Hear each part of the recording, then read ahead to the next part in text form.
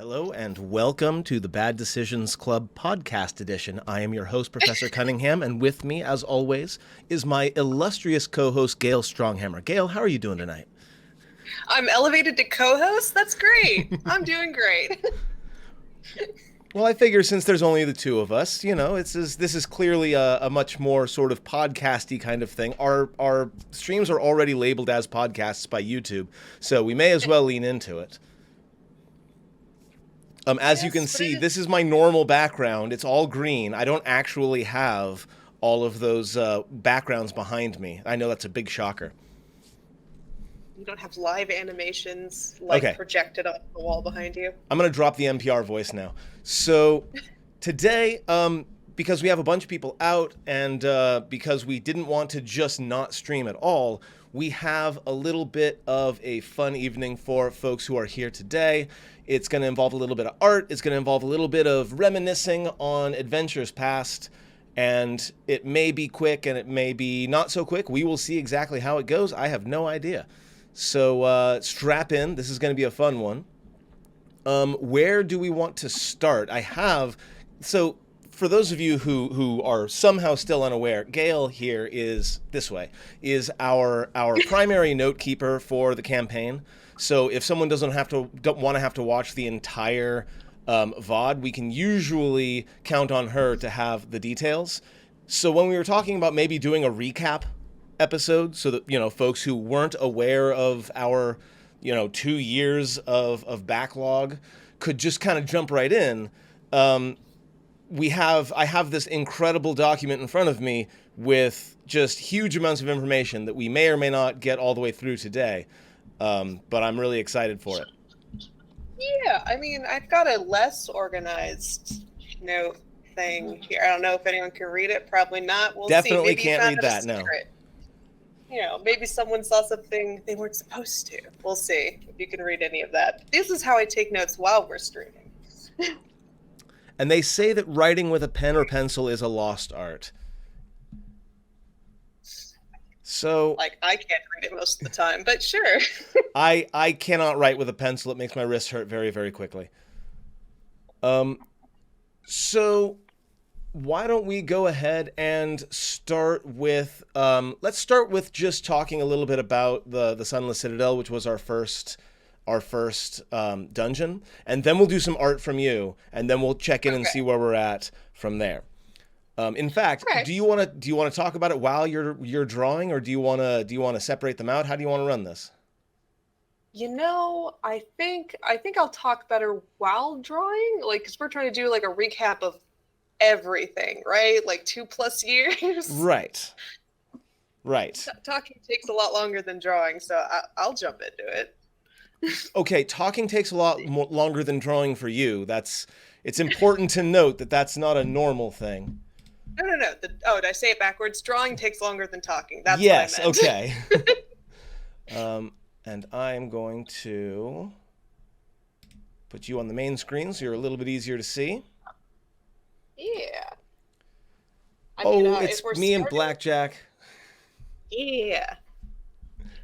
Just say, if we're starting with back in the Sunless Citadel, I wasn't there for the very beginning. That's true. The very first the first session was an entirely different player, and so was session 0. Actually, it was just session 0. No, 0 and 1. I think.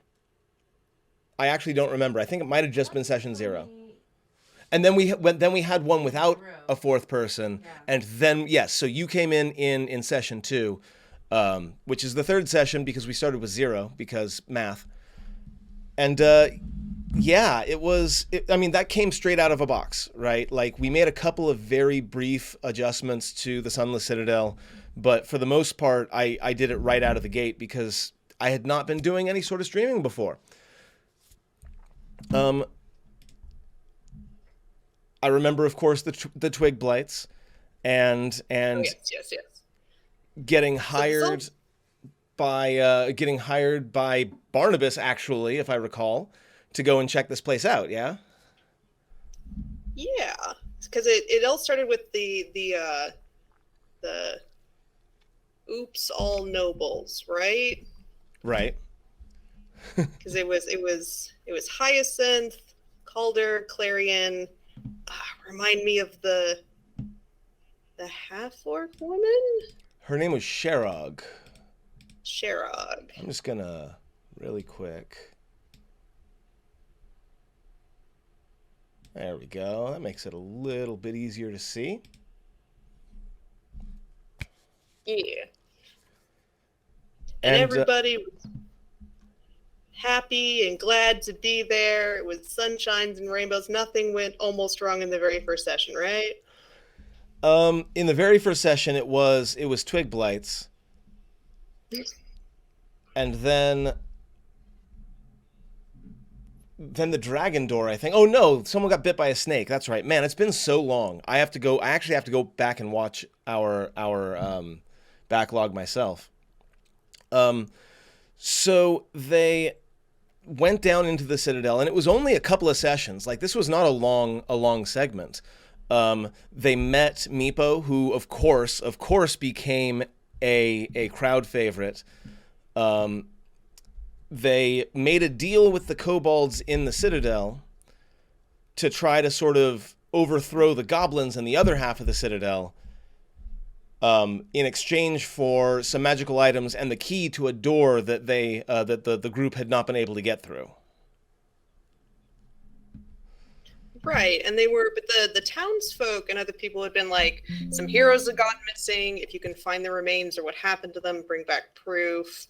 And there was something about the mysterious, like, fruit that the goblins were selling. There was a lot of intrigue. Yeah, and that's right. There was a previous adventuring party that went in there. It's funny because I am running the Sunless Citadel for a couple of friends right now. Not right now, but like contemporaneously. And I have, it's amazing how many differences there are, obviously, in any two games, even if you're using the same module. But they are currently fighting the spider fight where Echo was introduced. Now, I know I actually changed that fight from a rat fight to a spider fight, but the idea of just like with you all, they asked Meepo to activate the trap without realizing it because Meepo had already given given some magical items with his ability to speak Draconic, with the fire breathing potion fountain, and the poison sprays out, and then the spider comes out. I thought that was a really iconic scene from ours that I wanted to recreate. Echo was there before that, yes, because Echo was, I believe, held captive by one of the smaller spiders. Yeah. So I think we decided, although I don't know if we ever said it out loud, that Echo had been wandering nearby, had like come across one of the parties of goblins outside of the Citadel, who recognized him, grabbed him, tied him up, and threw him in the spider room because one of the people that had found him was one of his brothers from back when he lived there. Yeah, and the basic idea was enter the Citadel, overthrow the goblins, find out what's going on down there. Yeah. Got a few unexpected allies in the forms that we found Urki down there. That's right. Urki Timbers, the gnomish, I believe, cleric, who was in a little cage. Yeah, and he had been down there with a different party of adventurers also trying to find out what had happened. And they got captured by the goblins. Legitimately do not remember what his deal was.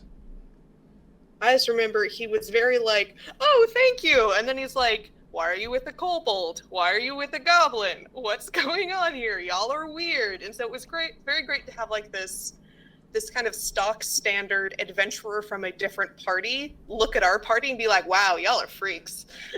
Urki was part of the original module.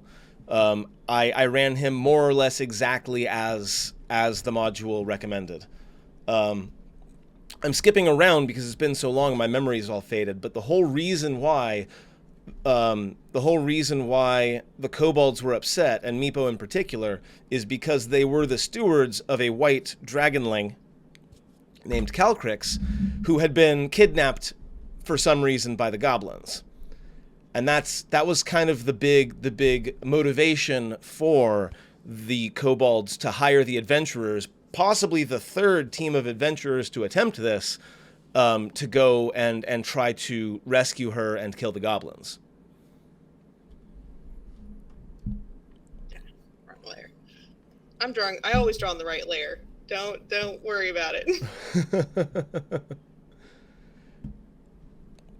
And yeah, like, that was the top, right? After that, it was all killing goblins, and that was a pretty standard dungeon crawl. Like, there was a little bit of fun to it because I know that you sent a challenge to the chief because he was being a coward and wouldn't face you. And, you know, Yeah. there was some good stuff. I recall, you know, of course, everyone has to remember Clarion the Bard, who was a person back then, was very fond of casting Thunderwave, which attacks everyone in a 5-foot radius, and often would do so without actually checking to see if anybody was next to him. It set the precedent for. Yeah, I think he only did it twice, hurting his teammates with Thunderwave, but he did it in this campaign, and then he did it right before. We'll get to that in the Forge. Yes. But yeah. And that is true. The first time he did it, I actually gave him an expanded range because I thought it was a 10-foot radius rather than 5. But I seem to remember it going really well for that fight because he managed to catch a couple of goblins as well. Yes, a couple of goblins and like Echo, Meepo, and I think either Hyacinth or Calder, one of them, like 3 teammates went down at the same time as the rest of the enemies. Yes, Hyacinth absolutely went down, and one of several times, I believe, over the course of the years. And then there was the big fight, right? You challenged the hobgoblin who was sort of leading, and I kept saying bugbear, or is it a bugbear? It was a bugbear. See, I keep getting them mixed up. There were hobgoblins under his command, but the dude in charge was the bugbear. So the chief, the bugbear, challenged you to a one-on-one fight, and because he was a bugbear and not a hobgoblin, he had absolutely no intention of being honorable about it and simply attempted to have you murdered in front of the entire clan, which led to Fantasy Grounds almost crashing because there were so many goddamn tokens on the board. Lesson learned. So many. But it was a really cool fight, and like, man, Echo was on like those last 5 HP for like the last 3 rounds. It was so close. There was a lot of missing going back and forth. Yeah, it really was like an epic duel from the ages. And that battle is the first time where Clarion blew the whistle and summoned an undead to follow his commands. That was indeed also pre-good computer, though. Like, I've upgraded my computer since then, but I still would not do that again.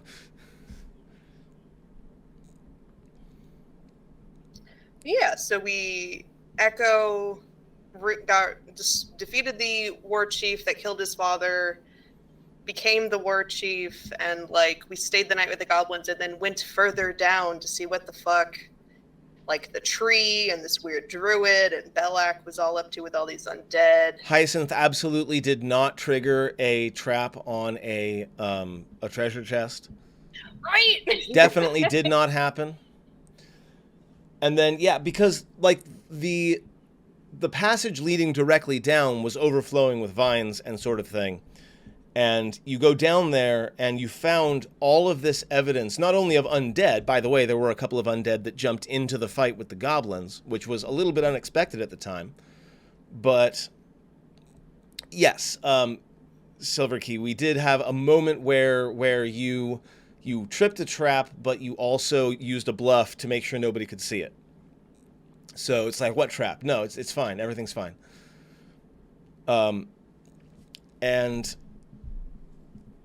so in addition to the undead, you also found some evidence that someone was conducting pretty horrible experiments here, trying to sort of fuse plants and animals together to make these sort of compound creatures, which set the stage for a lot of things going forward. Yeah, and we found, we came into the big chamber where there was the Golthias tree, this weird undead bejeweled along its trunk tree, and we met Belak and Belak's fighters, which were the missing adventurers that we had been looking for, including the one wielding Shatter Spike. Yeah. And we also, poor Barnabas, because he had gone missing when they first came back to the camp with Echo. He wasn't there, and he'd been missing this whole time. And people were like, well, he was pretty upset about us getting getting a goblin ally after picking up a kobold ally, so maybe he just took off. But he'd been captured. That was a really good piece of misdirection I was able to do because of that. Yeah.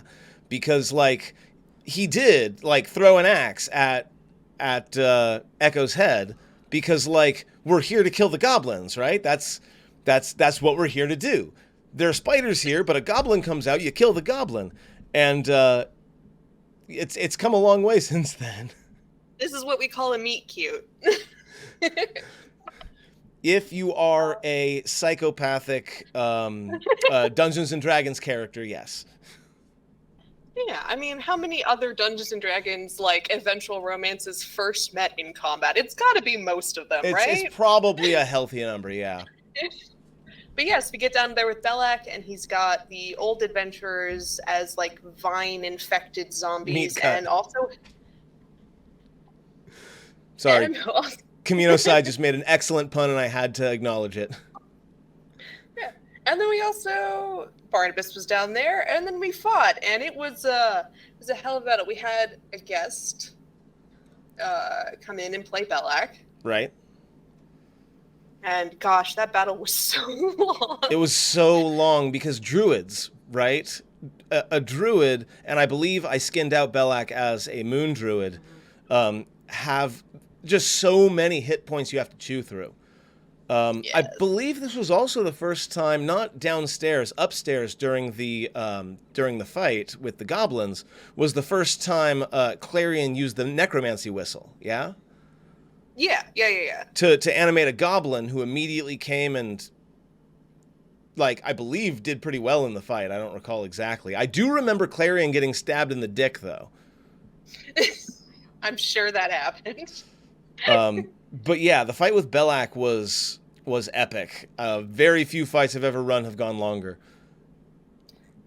Yeah, and then so once Belak was defeated, and we I think Calder got the finishing blow on both the Gulthias tree and on Belak. Like, yes. He finally lit the tree up and then also crushed Belak to death with that earthen grip spell that he used to use all the time, but has since upgraded out of.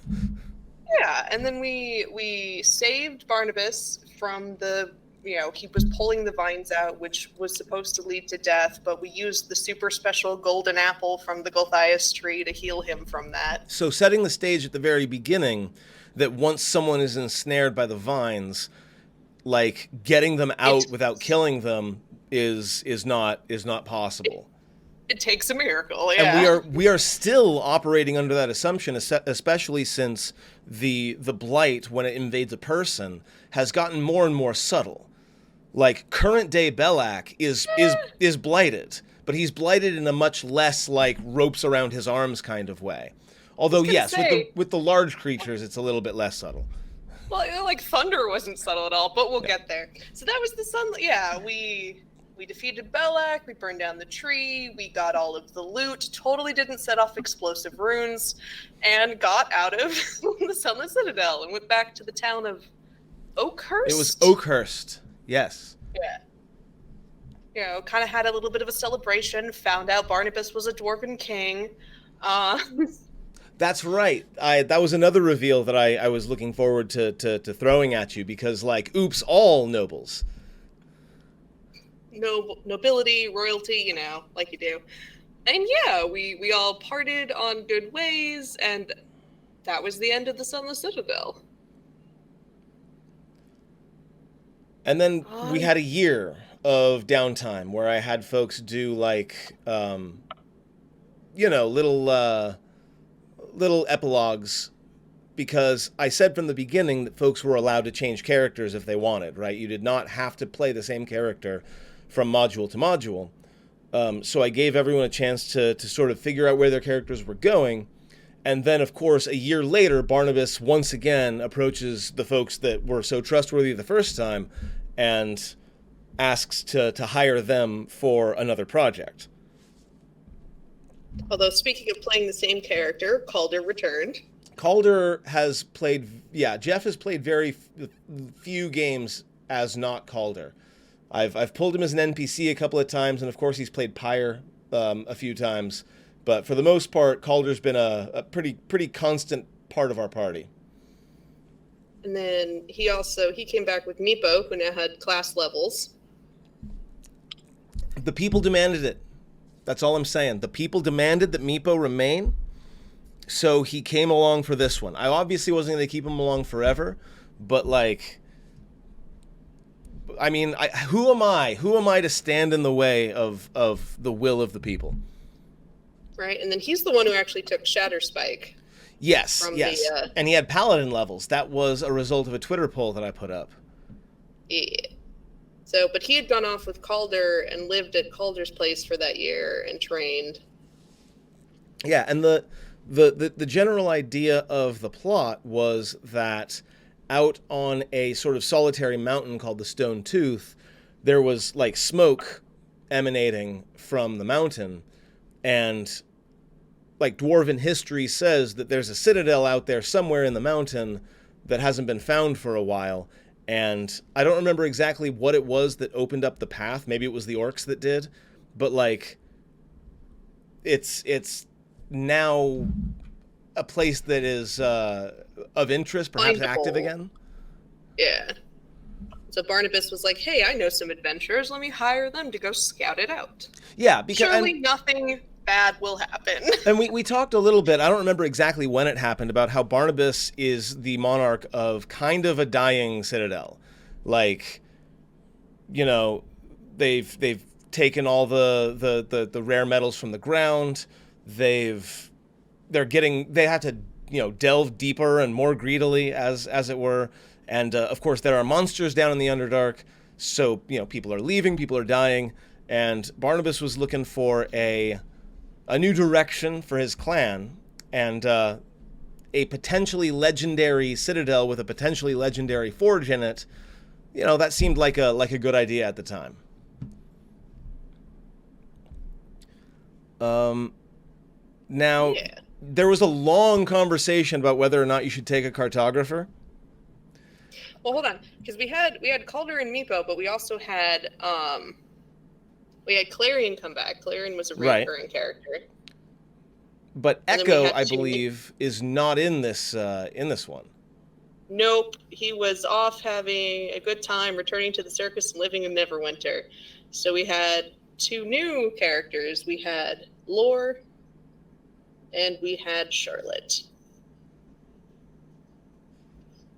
Lore was basically an Eladrin, yeah, like. Yeah, and newly married to Hyacinth, as of the timeline. Yeah. Sort of an angry one. Possibly because of the warlock patron that was constantly goading her into violence. You know, sometimes warlock patrons don't have your best interest at heart. I know it's hard to conceive of, but it does happen sometimes. What? This is incredibly surprising. I had no idea. Yeah. Let's see. Oh, twig blights. More twig blights. Oh yeah, we ran into more of those. Yeah. Those were kind of my go-to for a while. And yes, Lore became angry over time. She didn't start angry. She's kind of like sassy and like, you know, a noble who knows that they're important. People need to listen to them. Now, getting into the forge, because you noticed there was like a main entrance that you could have gone into, but you found like a chimney down into the hill where orcs were like cooking food. And I believe this was one of the times when Swoops was the MVP. Oh yeah, just our whole scout along the mountainside. Like we were all rolling so bad for all of our survival, and Swoops was like 18, 19, 17. I Go this way. gotcha. And Swoops was the one that went down into the chimney and realized that there were prisoners down there. Yeah, Swoops definitely earned the MVP, and that was why we decided to, because we were just scouting out the chimney. We hadn't decided whether or not we were going to actually like sneak in or go back to the front. And Yeah. then Swoop spotted the prisoners. Charlotte relayed the information and started down the chimney. Yeah, everyone was like, okay, fine, I guess this is the way we're going. Because I know that Lore really wanted to go in the front door, which was an option, and I had a whole ass like battle plan for if that had happened. I think Clarion did too, because Clarion wanted to talk. Clarion wanted to talk, yes. But you ended up going down the chimney, you killed some orcs, you found the prisoners, and they did not have a good time. And they were swiftly sent back up the chimney and on their way, and nothing bad happened. Yes. One of them made it out. The other one made it most of the way out and then fell and somehow did not die upon impact with the ground. I rolled low on the damage, so it was more like just both legs are broken. And then they were, I believe he was healed, brought up a second time, and then those folks were sort of left to fend for themselves while you all continued on into the citadel. Yeah. Well, they had been out there trying to like hunt orcs for hands for rewards back in town, so we assumed that they at least knew their way around. True. But yeah, we made it inside. We fought our way past only like half of the orcs because we had kind of cut the difference coming down the chimney. Ran into that one. You were sneaky for like, about 30 seconds.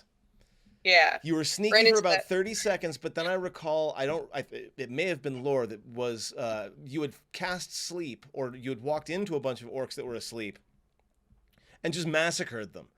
Like, no, that was when we freed the prisoners. Yeah, not for no reason, yeah. Right? They were going to probably eat those folks. Probably, who knows? But yeah, no, they were made to sleep, killed them, but then I think they weren't the only people there, and other people were coming to check on the food or whatever, or like the fact that the prisoners had stopped making noise. Yeah. So yeah, we continued, we delved deeper, we had to fight like a troll at one point. We had to fight that one priest of Grumpsh.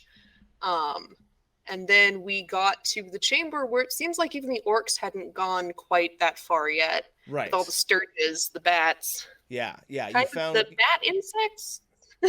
Yeah, the sturges. Bat insects is about right. They're basically giant mosquitoes.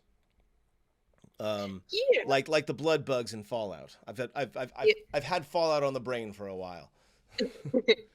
And then we got past them. We got down into the like unexplored part of the mountain and almost died in a river. We did lose the undead butler that Clarion had. No.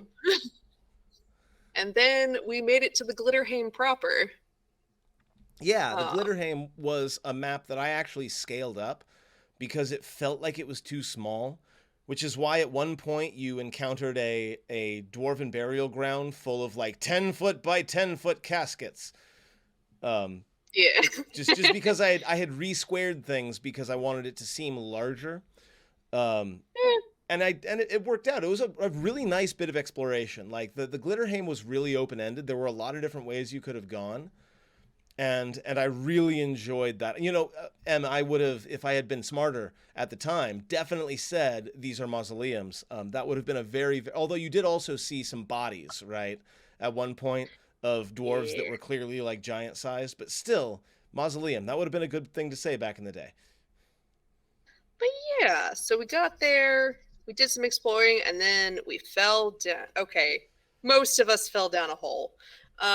Yes. Now, this was a thing that I had kind of planned anyway. I wanted this encounter to happen when it happened. And unfortunately, the way the module has it set up is like the front door is just unpickable. So you have to go and find the key, and that's how you find your way down into the lower areas.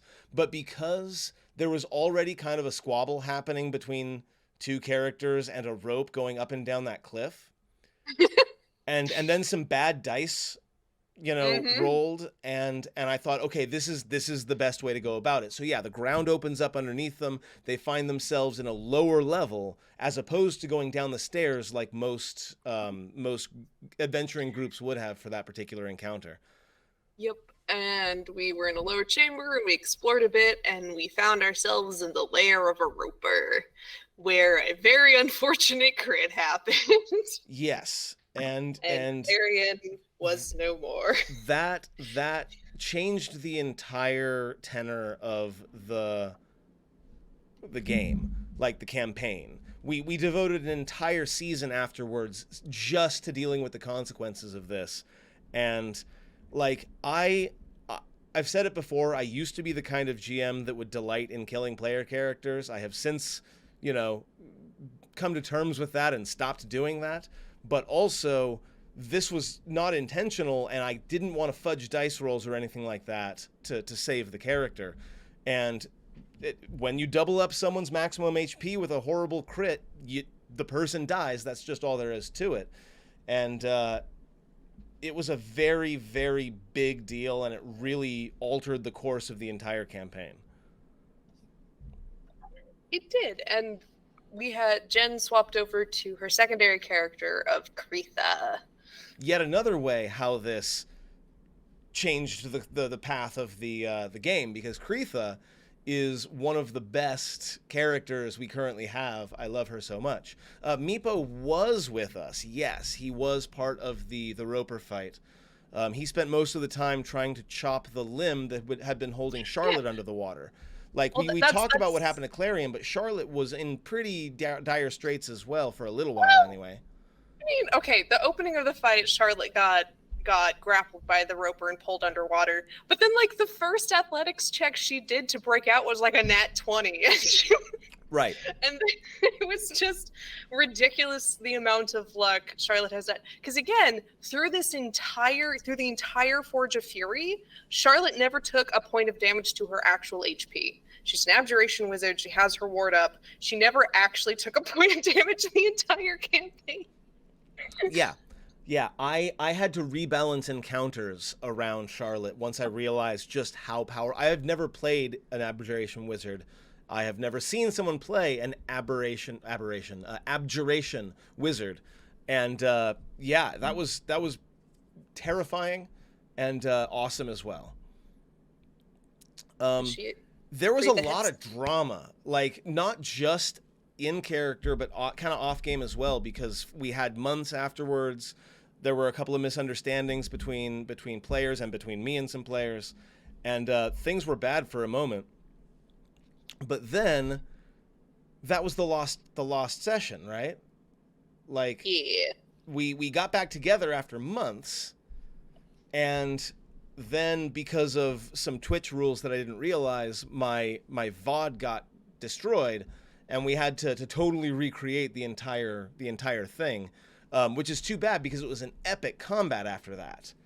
Like, at that point, once you defeated the Roper, you had leveled up to 5, so you finally have access to things like Lightning Bolt and Fireball, which everyone loves. Yeah, full casters got access to their 3rd level spells, so that was a lot. And then the orcs had come into the Glitterhaim while we were away. We came back up. We let them batter down the unpickable door, and then we killed all the orcs and went past them and ran into the Dwergar. Oh yeah, we do have to note that Lore went ahead and had Clarion's body stand up and start following the party around. Yes, the Clarion's whistle was used on Clarion's body. It's a kind of a big plot point. That was also, the start of a lot of drama between a lot of players. I'm sorry, characters, not players. Yeah. Oh man. Everybody was so sad and grieving, and like we're still stuck in the middle of a dungeon. It was the angst was all over the place. But then, we got a bit of catharsis and some. Oh, I forgot.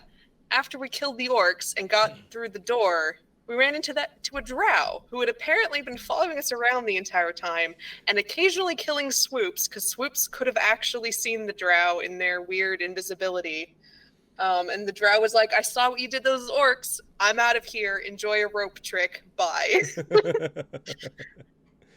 That's right. That's right. Because like indicating that there were more parties interested in the mountain than just ours and the orcs. Yeah, I'm a big believer that a party of adventurers should have at least one rival party of adventurers. And yes, he was absolutely a Gloomstalker. Yeah, I feel like having him around was sort of the first indication that you weren't the only ones out there looking for things. Like, people had told you that, but you hadn't really seen it yet. Although that's not entirely true, because, you know, the two parties in the Sunless Citadel, Kretha's adventuring party, which got decimated by the or that got destroyed by the Roper prior to you being there. So, like, you did know that there were a bunch of adventuring parties interested in this stuff. Yeah, but this was us, you know, running into Kretha, running into the drow. That was us, like, seeing the manifestation of that. And then we got past the door into, like, what had been the citadel proper, and we ran into some Dwargar who were already there working the forge. The first little room of them, there was a bit of combat and a bit of like like trying to talk it out and intimidate them, and so we managed to get information from them. Like they drew us a map of like the whole part of the mountain that they had explored already, and then we're like, okay, we're leaving now. I recall a lot of really high rolls in that particular encounter. I remember a lot of high numbers on the dice for the player characters. Yeah. Well, and then we were there with a map of the forge, and everything we knew about it, and then the party split. Because Laura and Charlotte were like, cool, we did our job. We scouted the mountain. We have the maps and all the info. Let's go home. And Calder and Kretha and Meepo were still like, we haven't explored everything. We hear there's a dragon down there. Shouldn't we at least check this all out? And so, like, the party split for a little bit. Yeah, and I had to fucking scramble. Parties split, that's a thing that happens, but like I had to scramble because like Laura was out and Charlotte was going to be out, and I was like, okay, I guess I'm going to move up the orcs timeline a little bit, because by the time you got to the end of the secret entrance, like the orcs had clearly not found this particular entrance, but they were all over the place. So by the time Charlotte and Laura got to the outside of the mountain and were trying to now find a path back to the town, an army had moved in, and it became very clear that we weren't going to be able to get off the mountain that way, and so we had to go back. And so that Charlotte and Laura had some good heart-to-hearts about things, and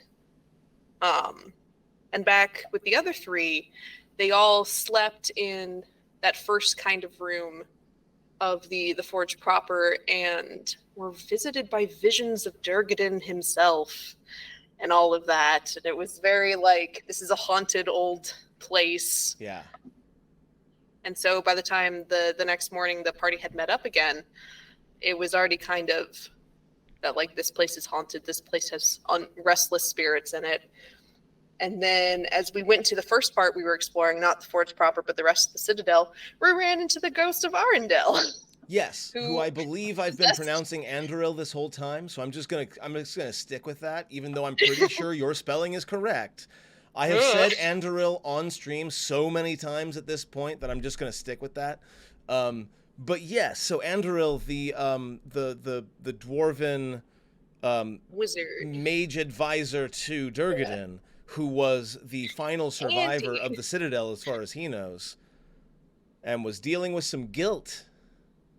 Yeah, and he tried to possess Charlotte, didn't work, but then he successfully possessed Kretha, and in a bold character choice, Kretha didn't resist it and instead tried to communicate with the ghost. And man, this was a huge moment for Kretha, because like, she's a ranger, and one of her, favorite enemies were dwarves, and I feel like Kretha in your picture could have just a little like dwarf like ghost on her shoulder.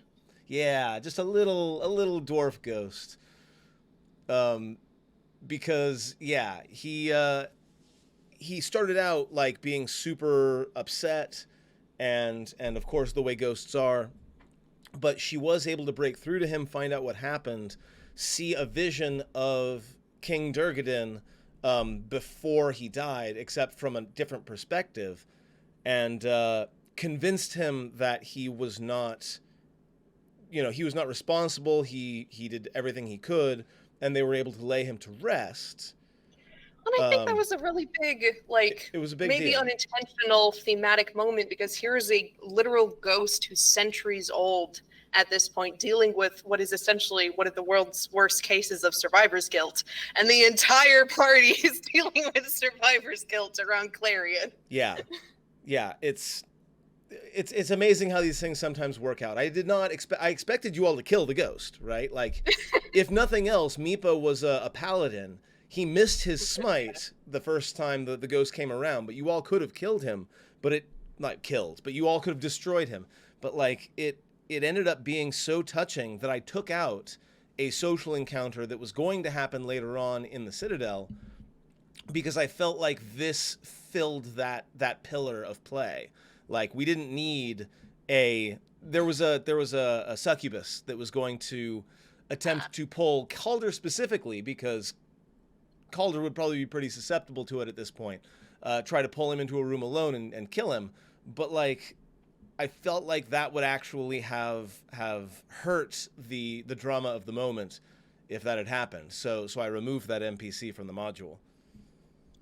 Yeah, and then we dealt with the rest of the Dwergar, claimed the forge proper, investigated it a little bit, and then we headed down to the dragon, because we figured the dragon through the lake would have a passageway, have a different way out from the mountain that wouldn't be crossing the orc army's path.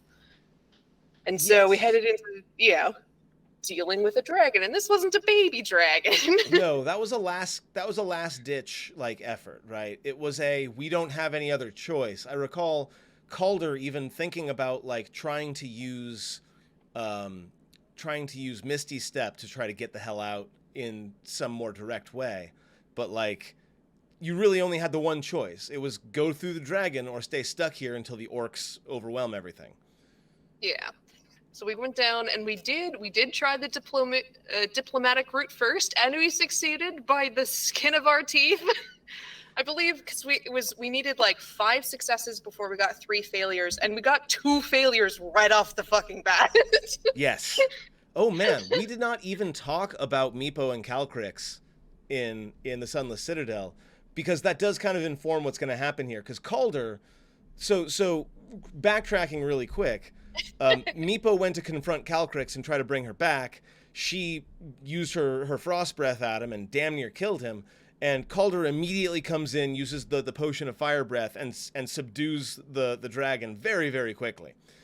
So he's coming in full of confidence that, okay, I've already taken care of one dragon. How hard can this be? And yeah, you all fail your first 2 social checks against the dragon and had to really scramble. And there was a lot of really good role play in that scene. Yeah, it was. You had to we bribe did manage. We did bribe. Charlotte gave away like it wasn't legendary, but I think it was an extremely rare magical item that you would let me start with, the oil of etherealness. Right. That would have indeed let somebody sneak out of the mountain, but only one. And I believe this is where you all parted with the Nightcaller whistle for a while. No. Did you not? Right? Yeah. Yeah, you left it in the horde with the dragon. Yes, we did. We did. Yeah, that was I believe one it of the was things we Laura, gave in him. fact. I believe it was Laura, in fact, that just threw it into the lake, like the old lady in Titanic, except with considerably less joy.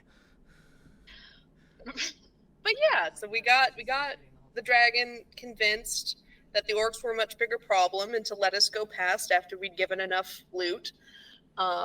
Used a spell to breathe underwater, and yeah, we came up in the lake on the south side of the mountain, and we camped out that night and got drunk and had a lot of cathartic kind of there was some stripping going on. I think Calder took off his shirt. It was just kind of a chill session after getting out of that godforsaken mountain.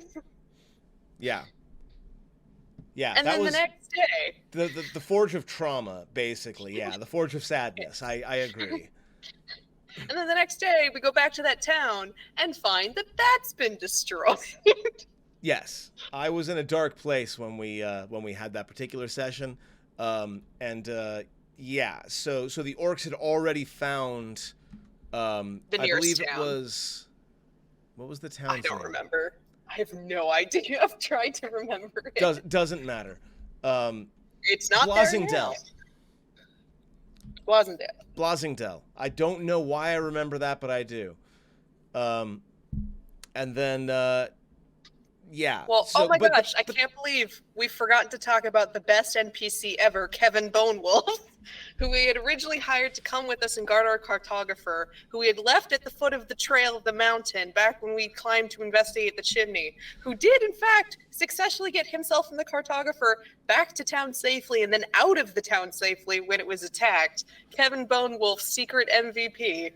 and yet constant target of ridicule by the player characters. It's not fair. It's just not fair. Scarlet Witch meme dot JPEG. Yes, Kevin Bonewolf. And in fact, I don't even remember where the name came from. I don't know if I made it up or if someone else did. But like Kevin Bonewolf was like the meme of the day. But yeah, and again, not all of the villagers died, right? Some of them managed to escape into I believe, a cave system or something like that. And you all actually helped them, like you helped escort them back to Mirabar, the city that is absolutely, of course, safe and no harm could ever come to it. Nope, no harm at all. I'm sure Mirabar will always remain a safe place to bring refugees. And then, in addition to Kevin, we also met some scouts that were sent from Adbar, from Barnabas. We have Bevan and Bathu, two dwarven scouts who were sent to like give word that like There's something rugged about them. Yes, they had been scrying or whatever. Adbar knew what had happened to Clarion, and that Barnabas had gone to Waterdeep about it. Yeah, Barnabas in fact said, like, we are marching. This was a mistake. I have fucked over my friends, and we need to go make this right. Yeah, that was another really fun. The NPC on NPC scenes are not always fun, but every once in a while they're like DM monologues, and I enjoy them sometimes. And yeah, so you found, I don't know if you found it out, but like you found the two scouts. And they say, yeah, the rest of the army is on its way. They're coming here now. I don't remember what your reaction was. Well, before all that, I totally forgot. When we got out of the lake, Charlotte noticed that there had been something like attached to her foot, and it was a piece of the treasure from the horde that had gotten caught on her leg as they were swimming out. And it turned out to be a weapon possessed by Durgadin himself. So That's we right. traded one dwarven ghost for another dwarven ghost. And also the first +2 weapon of the game. In the original module, it's just a battle axe +2. But I was like, no, this is a shape-changing weapon that has the spirit of Durgadin in it, because I never miss a chance to throw another NPC to badger you. But they became friends pretty quick. That he hates flying. Yes. And also that you had to stop him from being racist against the Grey Dwarfs. Yeah, there was some differences of opinions when we first got to talking with him, but he was just so happy to not be in a dragon's horde for the first time in like 800 years. Right. Or however long. However he was long just like, it had been. Just don't drop me and we'll be fine. Yeah. Yeah, but that was them getting the bad news and then deciding where to set off was the end of the Forge of Fury, right? Yeah, and this skips ahead a little bit, but of course, when Kreitha finally attunes to Durgadin and takes a long rest, she woke up with an absolutely magnificent beard, which happened, I believe, in the next series. Yeah.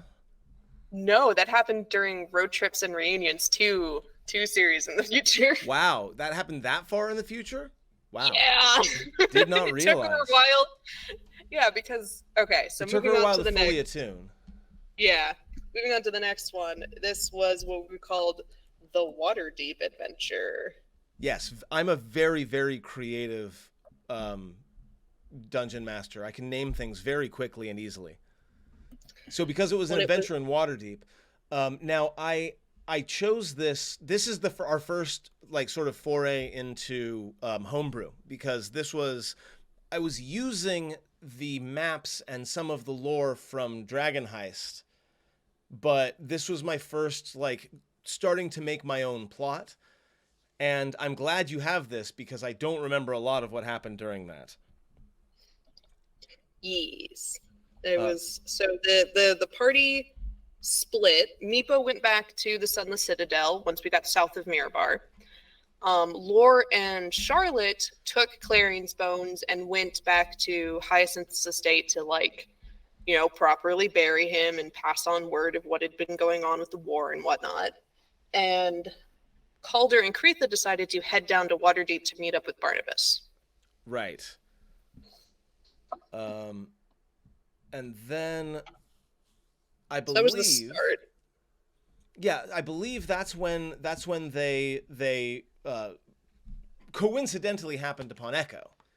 Yes, Yeah, now when that they were Charlotte is out of the picture, Echo, who was already in Waterdeep, sort of runs into them during a market trip, I believe. So my figuring was that Echo got the same invite everybody else did at the beginning of the Forge of Fury. He was just later than everybody else getting to Citadel Adbar because it's so far away from Neverwinter that he showed up at about the same time that everybody was entering the mountain, like that he showed up to Barnabas's place. And so he was there when Sven scried and saw that Clarion was dead, and Barnabas decided to go, our troops are going to start marching. I'm going to go see what magical bullshit I can pull off from Waterdeep. And Nick was like, I'm coming with you. And so they went to Waterdeep, is And my thought on it. the tavern they were staying in is the world famous Yawning Portal Tavern, which is Yeah. the book from which I am getting most of our material, at least early on. Run by the impeccable Durnan, who I actually got to cosplay as for one of those episodes, which was a lot of fun. Um, Yeah. and the thing about the Yawning Portal, of course, is that it is the most direct entrance into Undermountain, which is the Dungeon of the Mad Mage dungeon, right? It's an absolutely massive dungeon down there, and every once in a while something gets out, and people, not only do adventurers hang out here because it's cool and edgy, but also people tend to show up just to watch the adventurers deal with whatever it is that comes out through the portal. And it was trolls. Yes.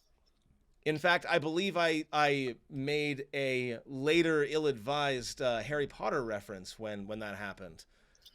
Eh, she doesn't own trolls. No, she Anyway, absolutely doesn't. It was yeah. Troll in the Portal, which I stole from her. Um, Yeah. So, yeah. Calder and Cretha met up with Echo and Barnabas, who were at the Yawning Portal, and they were all trying to figure out how to get their hands on a staff or any sort of thing to do a resurrection. But we had found out about the staff of resurrection that supposedly the Xanathar had in their collection. yes. Now the Xanathar is, of course, the namesake of Xanathar's Guide to Everything or whatever it was. Um, and the Xanathar is known to be a very powerful crime boss. The Xanathar Guild is like the biggest underground organization in Waterdeep, and you deal with them extensively in Dragon Heist if you choose that particular direction. Um, but in this case, it was basically just like you found out that he has, or they, or it has an extensive collection of powerful magical items, and if there's anyone that would be able to have something that could resurrect someone, it would be them. But nobody really knows outside. who and what the Xanathar is tends to be a very tightly held secret by the guild. It sounds more like a title than a name. Also, spoiler warning on this. Yeah, I mean, we're reviewing the entire campaign, so spoilers. Well, yeah, and spoilers for the various modules that we've run, of course, yes. Yeah, so we met up, we discussed our different plans, and there was at some point discussed the fact that the Xanathar Gale, the Xanathar, the head, would occasionally give prizes or boons to people who won in his underground fighting pit. Tournament arc. And so we were like, okay, we have a plan. We could take the goldfish and try to sneak in with the help of Nihilor or whoever. Or we could go with Durnin's people who wanted to sneak in and blow up the Xanathar's lair. Or we could find a patron and fight in the ring. And we went with the fighting. Yes, and thus entered Jarlaxle, one of my favorite characters from Forgotten Realms that I got to portray. And was willing to sponsor you all to go into the arena on the you know, the strict direction that, of course, please do not lose and give me a bad name. Yep. Yeah, tournament arc. You met Gallic and Thorn. You fought them in the arena. There was 3 rounds in the arena.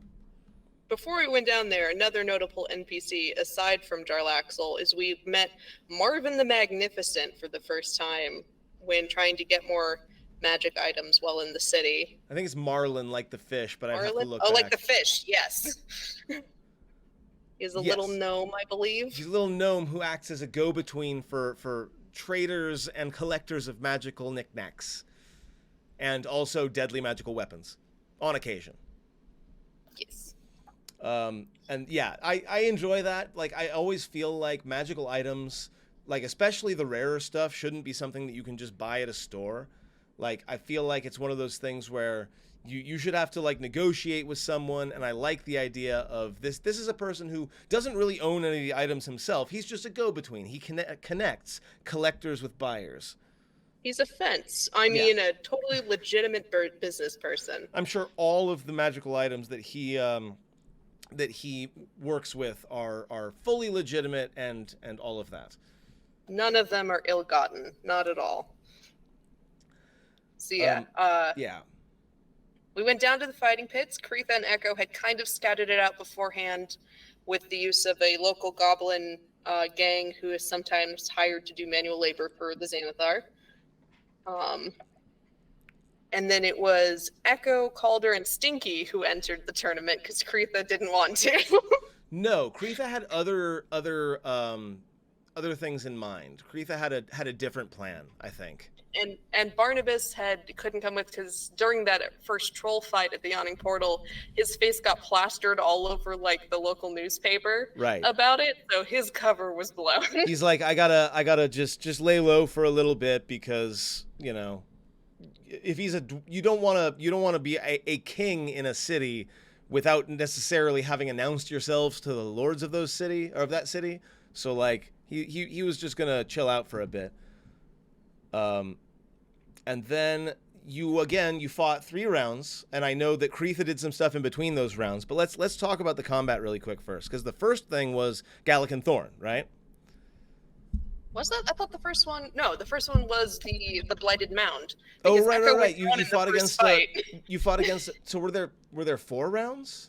No, there were 3. No, there were 3. You're right. First was against the Blighted Mound, and Echo got downed in the first round. I remember that because Calder yelled at him about it. Yes. Echo did a lot of showboating, as Echo is wont to do, and also kind of got his ass kicked by a giant shambling mound. It was a blighted shambling mound, like you said, so, you know, continuing on that story of this blight is a thing that's affecting plant creatures. Yes. But they did win that one. You did win that one, and you came back and you spoke with some folks. You spoke with Gallic and Thorn. Gallic is a Goliath, Thorn a halfling. I believe you spoke with them before your bout, and they actually offered to put you over. Yeah, but we didn't take them up on it because we didn't get very good insights. We couldn't tell if they were like setting us up or if we could trust them to sell it well enough. So we just went with an honest fight. Yeah. Yeah, because this is basically like this is definitely professional wrestling, except, it's actual combat. So other than that, And though, definitely professional wrestling. Thorn's a little halfling. And then your second fight was against them, but was Kreetha's little misadventure before or after that? I think it was between. Or no, it was during the second fight. It was during the second fight. Okay, so you're fighting Gallic and Thorn, and like it's they are professional entertainers, so it was a really great fight. You all did end up coming out victorious, although it was not really a close thing, but it was definitely a dramatic thing.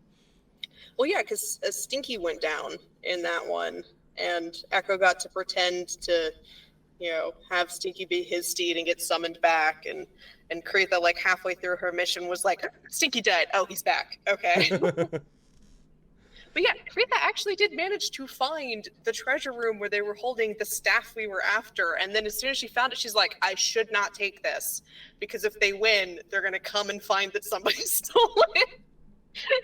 But she knew where it was in case we did have to go back later and break in. If only you all had established some sort of signal, right? Like if Kreetha had come back out and done some sort of signal, and then you would have known to ask for something else. Right. But Kreetha also found a bag of holding of sorts, a Xanathar plushie, and a book of spells within the random objects in like the kind of warehouse section of the hideout. She also got ambushed by our very first mimic of the campaign. Yes, she did the right thing of just running the fuck away. And mimics are so slow. The Xanathar plushie was a really good one because it was, from the beginning, always a spying object. And like, the Xanathar plushie is a very popular item. Every single one of them is a scrying device. So like when you see one of them hung in a store window or something, that's a security camera. And Kreetha, and I remember like asking specifically because Jen used to keep the plushie in her shirt or in in her cleavage essentially. And I was like, "Is that where Kreetha keeps it?" And she said yes. And I was like, "Excellent. Everything Kreetha sees, the Xanathar sees." once she actually started doing that. When they're looking, yeah, that was that. And of course, right, like that's the thing about security cameras, right? They can't monitor all of them all of the time, but once that one became important, but also before that, Kreetha, who did actually make an attempt to steal the staff, let's be real, she did make an attempt to steal the staff, but she was attacked by a trap in the room from one of the many remains of previous beholders.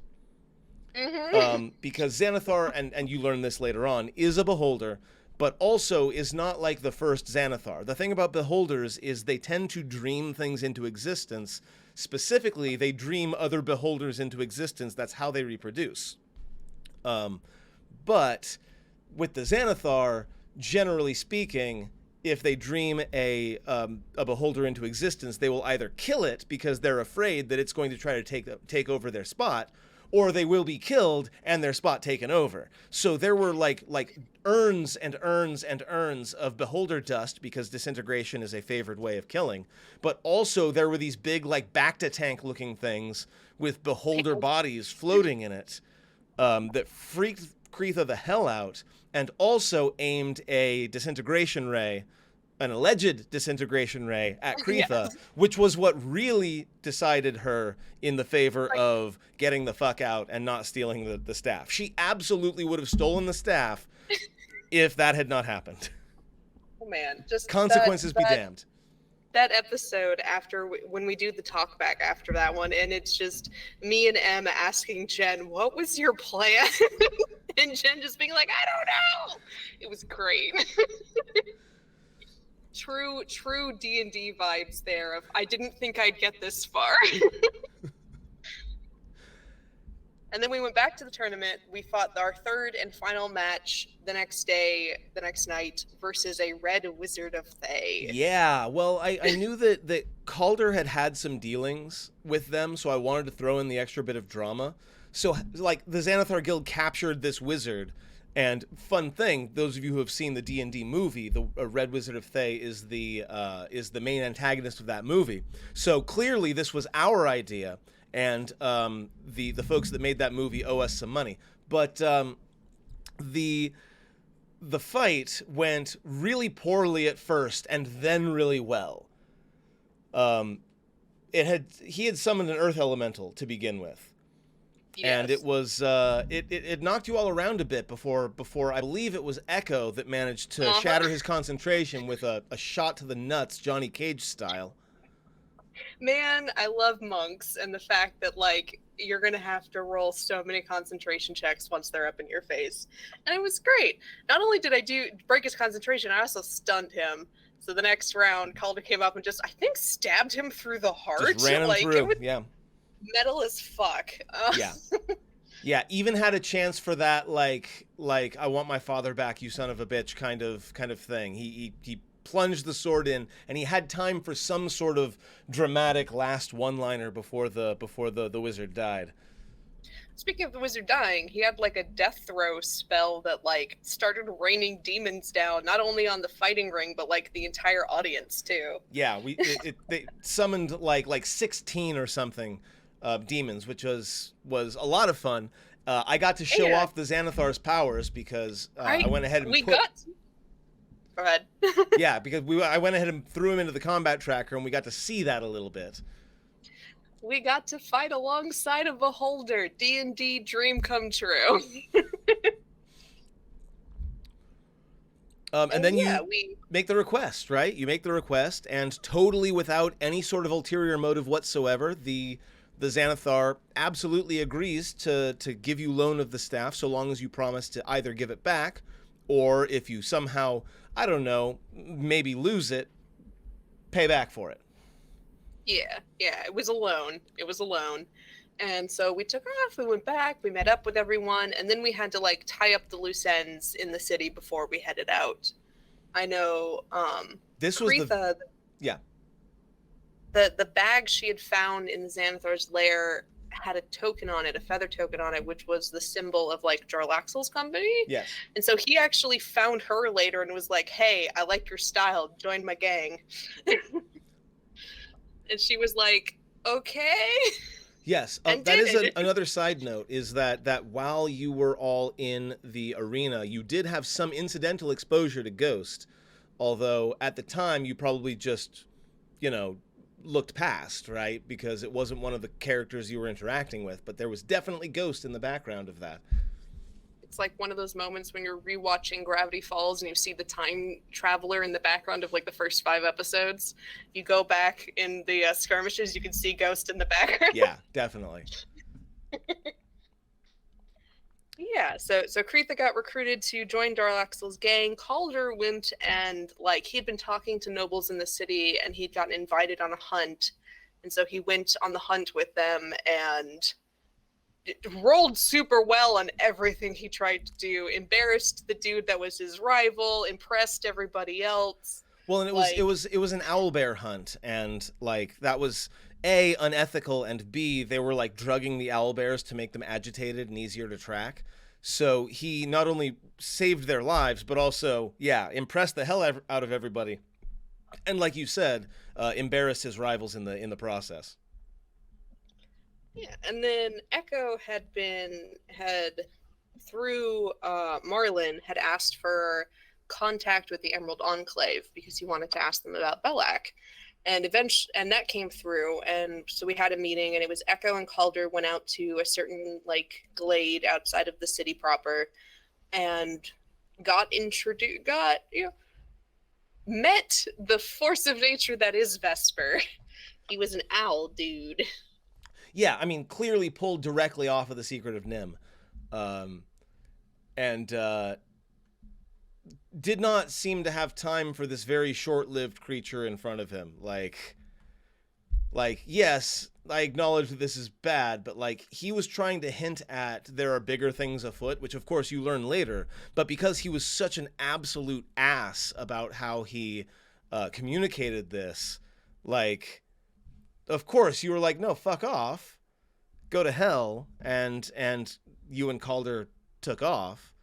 But like After yelling at him like, hey, the blight's still happening, if you want to do something about it, actually go north and do something about it. They had been trying to ask, like, where did Belak come from? Why was no one searching for him? Why did no one do anything about him? And they're like, things take time. And they're like, we know, that's the problem. Right. I don't know why I like using the Emerald Enclave as, if not villains, antagonists. I don't know why, but I enjoy it.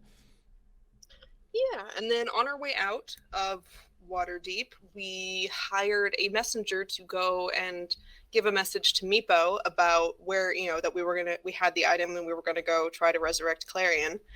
And that was Dream the Bard, a tabaxi. Oh golly, oh gee, oh Willikers, I'm so happy that you're hiring me. This is my very first, yeah. And nothing bad ever happened to Dream ever. Don't worry about it. For once, we were the quest givers. Yes. Every player character becomes the NPC at some point or another. You got to hire someone to do something. Got to do a little dream in the background here, rushing off to go deliver that message. Before we go. And actually, and yeah, that was Waterdeep. I feel like this, because we just did three seasons, right? There are 3 more seasons after this. Oh, wait, hold on. Road Trips, War in the North, and then a little bit of Moon's Wake. Why don't we go ahead and take a break here? We'll take, because it's 7:21 p.m., so we'll take like an 8-9 minute break, get back at 7:30 p.m. Pacific, if that makes sense to you. Mm-hmm. And then we'll continue this, and we'll get through as far as we can before I pass out. Let's do it. So if you're still here in chat, do note that we are here to answer your questions. We are having fun chatting with each other, but if you have any questions, if you have any comments, if you want to talk about anything, if you want to make any art requests, now would be a great time to do it. So we will see you in about 8 minutes. Woo.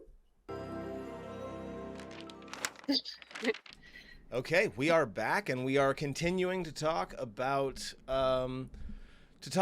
our adventures in Dungeons & Dragons 5th edition. It's been a long road. We're probably about halfway through it, but we wanted to just, give folks who have not actually seen it a chance to catch up a little bit.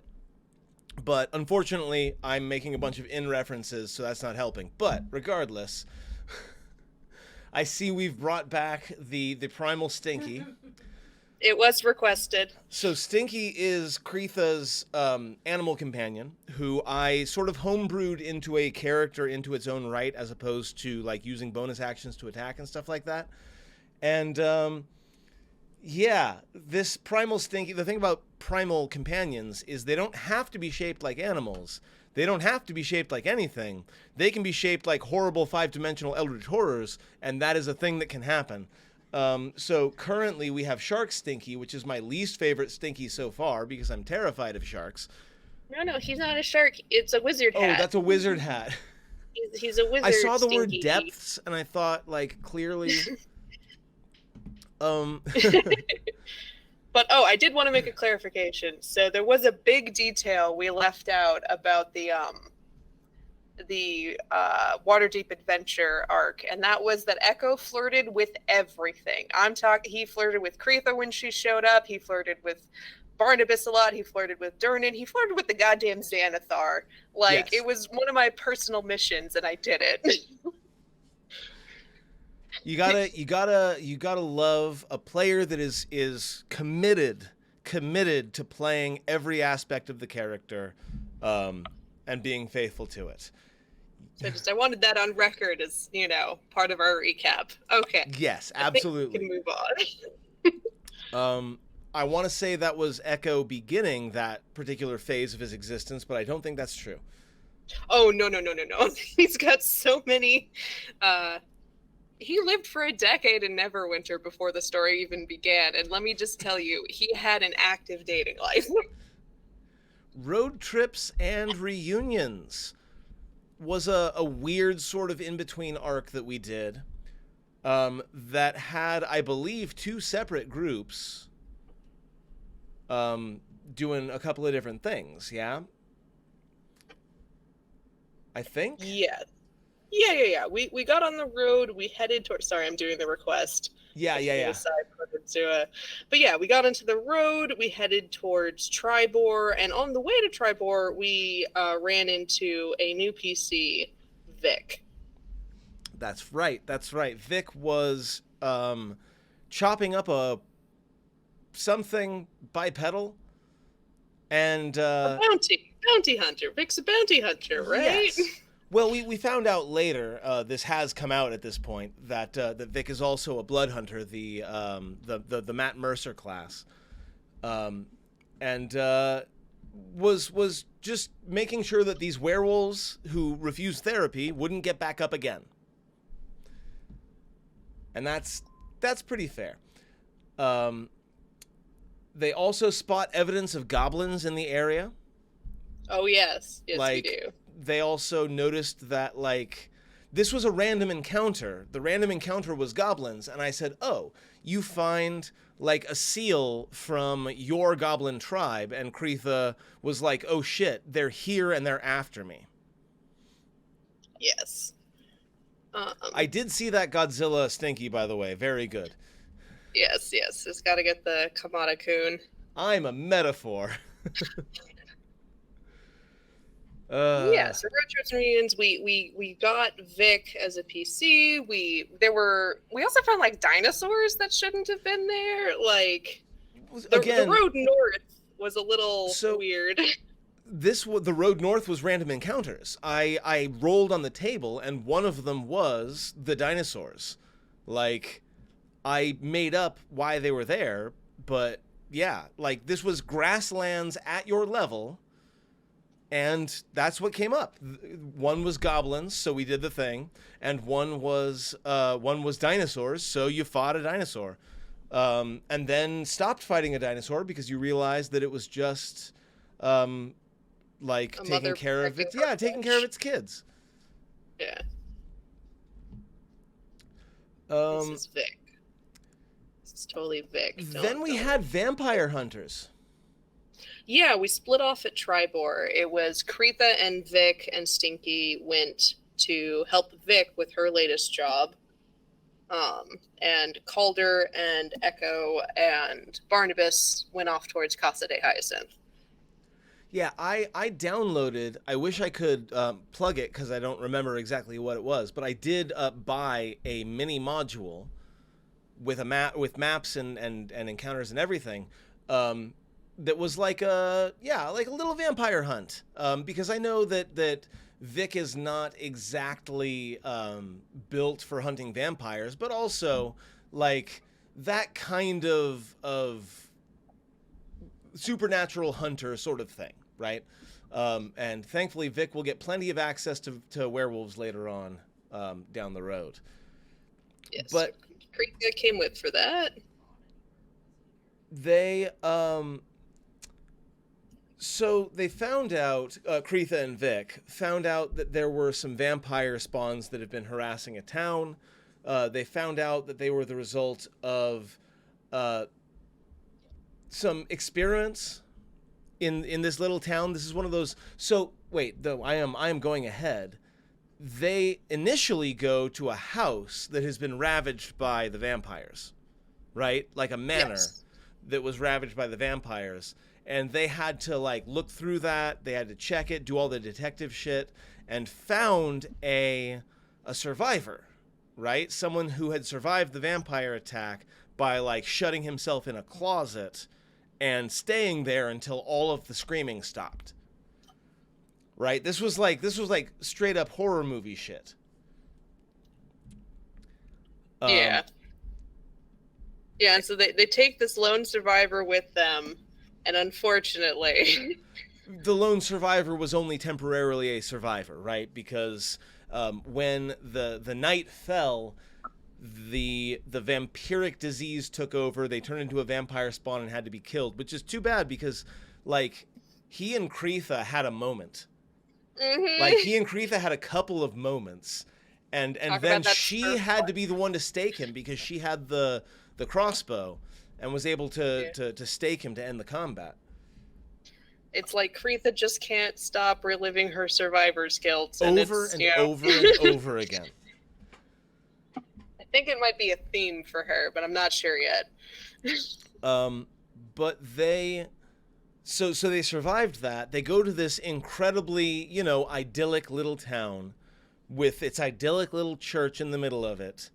And they find out pretty quickly that obviously it's not idyllic at all. It's not even okay at all because there are people in power who are trying to utilize vampire blood to their own advantage.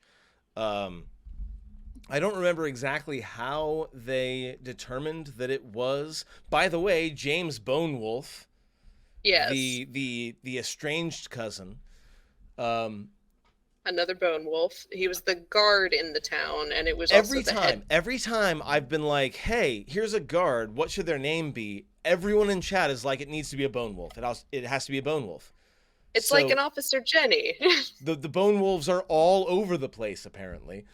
Um, and the head priest Inari of the church, they were kind of doing experiments on vampire spawn and trying to figure out how to utilize their powers for their own benefit. Yeah. And so it's a hell of a bloody fucking fight, them fighting, because they had been told that, like, hey, we have another survivor down in the basement under the church. Please go check it out. Help them if you can. I Really, did it a was a fudge trap. here. So people always ask, like, do you fudge things as a DM? And of course, every DM fudges. For me, it's not as easy because all the rolls are on screen. But I actually did not have Vic roll the third death save prior to Kretha being able to come and cast Cure. I did not want a 50-50 chance of Vic not existing going forward. So, like, they both survived, but only barely. But only barely. Only barely. I'm just saying it's very good that Echo handed Kretha one of his health potions, because man, they came in clutch in that fight. Right, because Kretha had not picked up any cleric levels yet. No. Just ranger at this point. Yeah, so we had Inari, we had the captain Bone Wolf, and then once Vic and Kretha had fought past the last of the spawns, and then fought James and Inari, who were still trying to keep it all under wraps, the actual person who had requested that Vic come and deal with this showed up. Who was a full-ass vampire. Yes. Full-ass vampire. Because the church was holy ground, technically, I guess. Like, I don't know how these things are judged. It seems to me like if they're doing horrible, unethical experiments on vampires in the basement. Yes, a full-ass vampire. Also, Kelsey, hi. Or should I say, hi! Very good to see you. Sorry, that was an inside joke on another channel. Anyway. I had a lot of fun. I got to role play as Joe, the vampire. That's true. She was fun, because Kretha at this point, like, mid battle, finding out that Vic was a werewolf and that, you know, all of these horrors were happening around them. Poor Kretha, like, Vic was in like an action movie fighting for her life. Kretha was in a horror movie. Absolutely. All the way to like a personal friend turning on her, right? Tell me a little bit about the wonderful canine creature that you are drawing next to Vic, because we have not talked about Lou yet. Oh yes, this is Lou. He's a good boy. He's made of metal. You can totally tell he's made of metal. Don't worry, I know how to draw robots. And yeah, he is, Vic is an artificer, and Lou is the,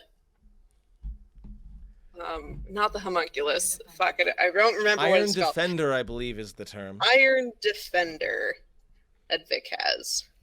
So Lou is a good boy that also helps fight the evil things. Fight the evil things. Um, and so they take their payment from the vampire because, like, that's what you do, right? You're not just going to refuse payment from the person who hired you just because they're a vampire. And also, like, the vampire was like, this is giving me and people like me a bad name, so I'm really glad you came along.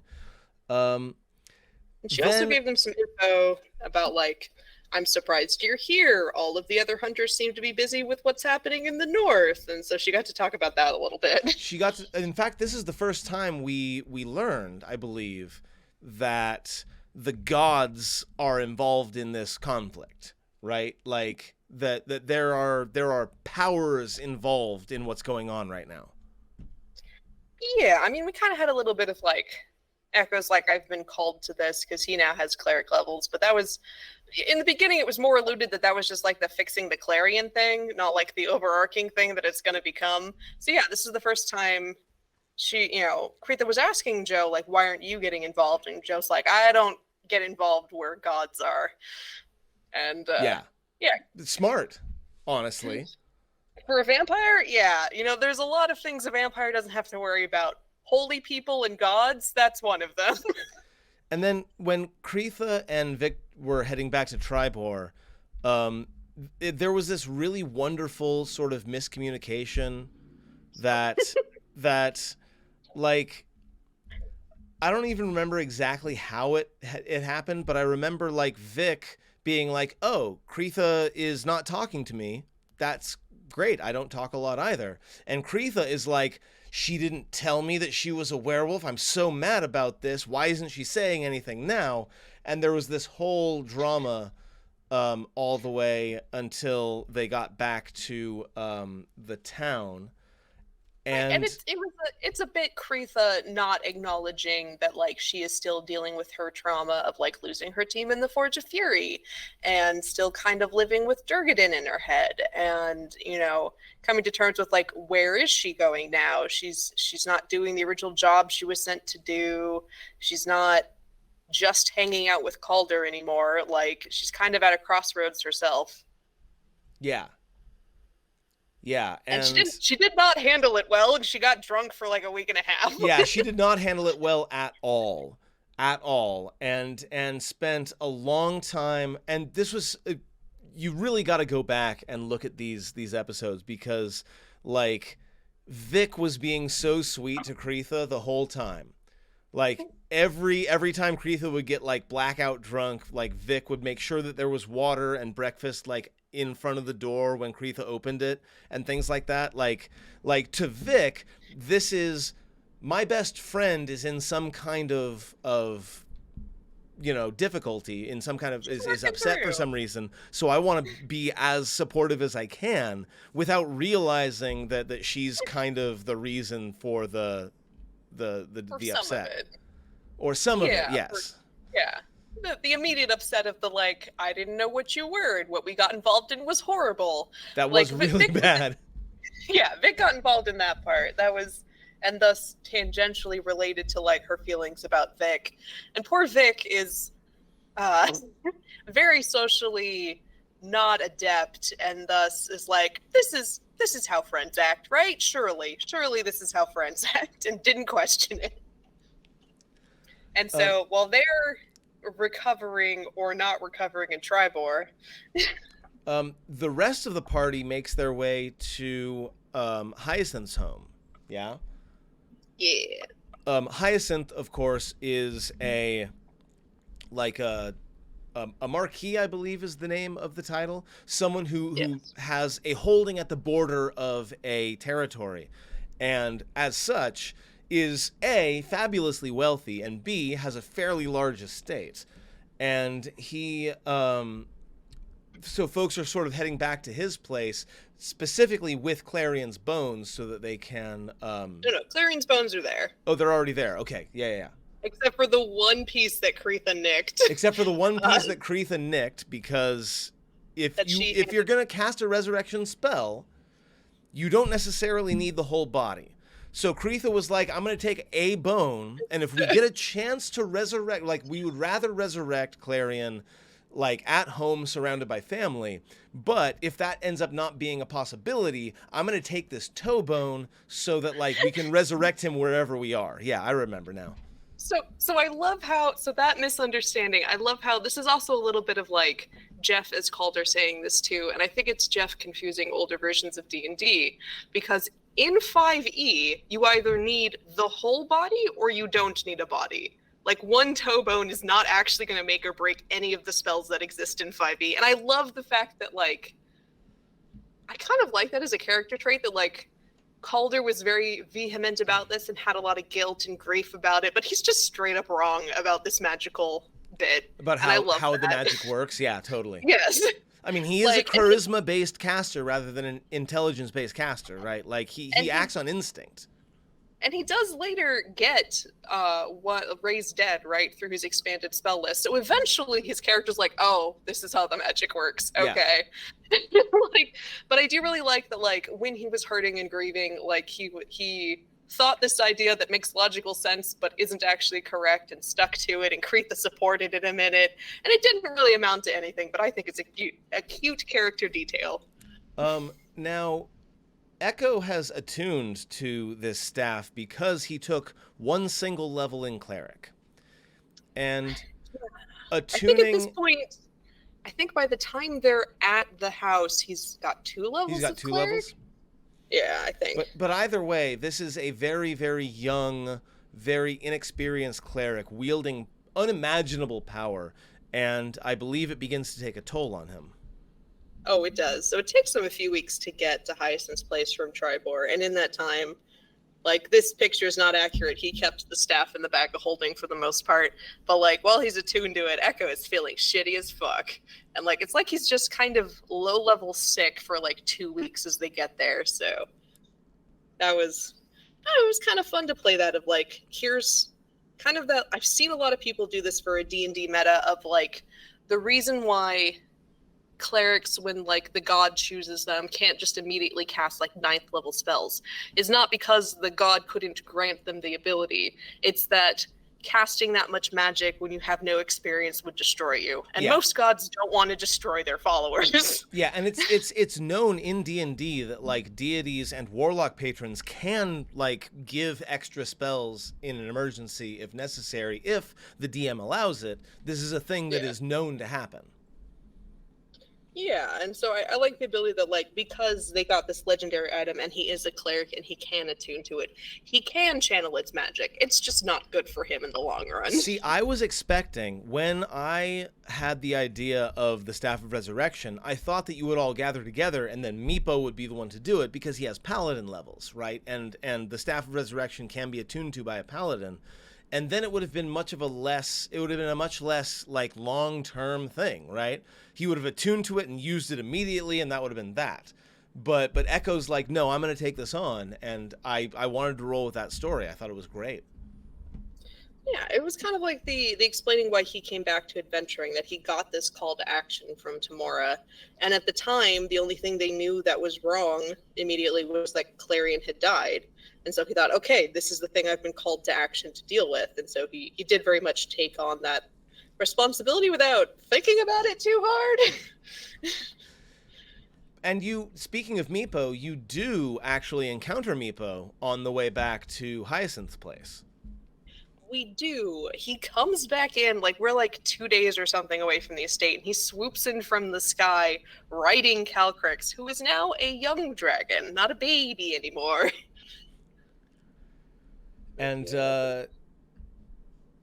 he's been kind of protecting Hyacinth's home, right? Because the thing is, the player characters are all becoming more and more high profile. So the idea that the powers that be might target them directly in their homes is kind of a thing now.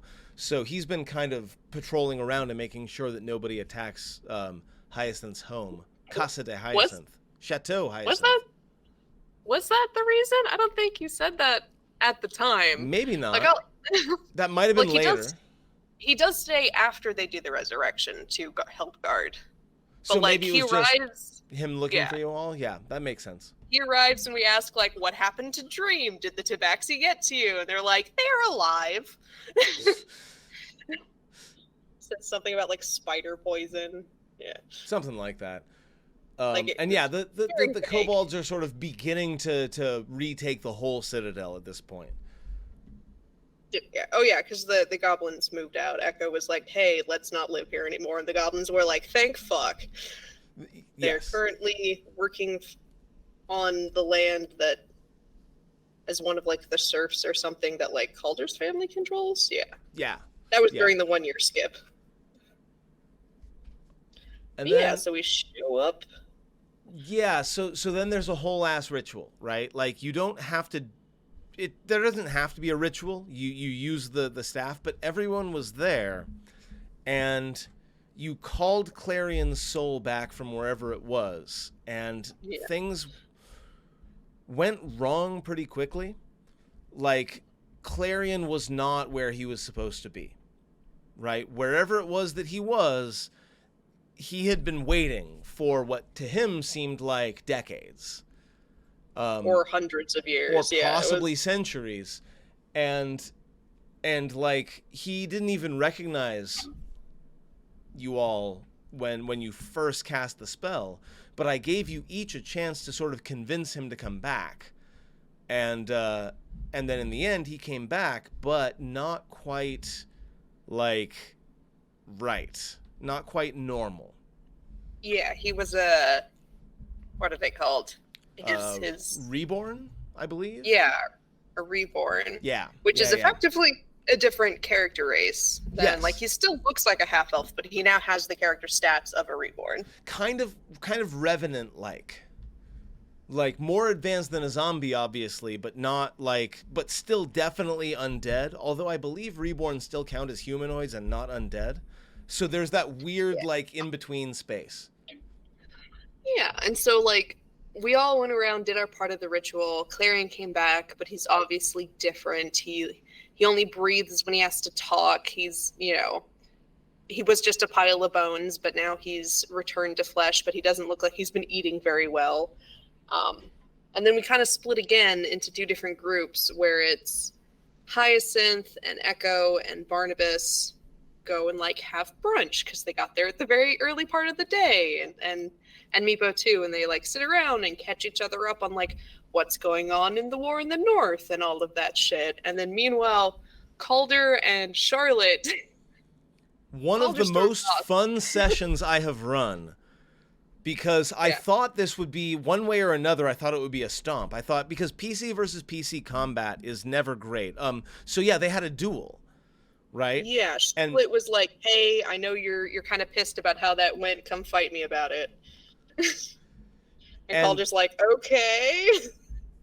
And you all, like, were so creative about how you had this. I was worried that it was just going to be, the usual, I attack, deal damage, I attack, deal damage. But no, we've got two very creative spellcasters. So you both tried to use your entire arsenal of spells to gain advantage. And it was a great combat scene. Like, it was really good. I had a lot of fun with it. And like you said, it was, like, kind of the first PvP that we'd ever done. But the framing mechanism for it was that these are two people having a friendly sparring match, and Charlotte's trying to get Calder to open up. Calder is, throughout the fight, learning that Charlotte is no longer just a wizard. She's now got warlock levels, and he's a little concerned about that. So yeah, it was a cool showing off combat tricks while also doing character moments. Yeah. One of the top, like, 10 or 15 episodes, like, on YouTube that I would suggest people watch if they wanted to, like, get to know these characters. And then while that was happening, back in the Chateau de Hyacinth, where the others are having brunch, I do want to mention really quick, though, before we go there,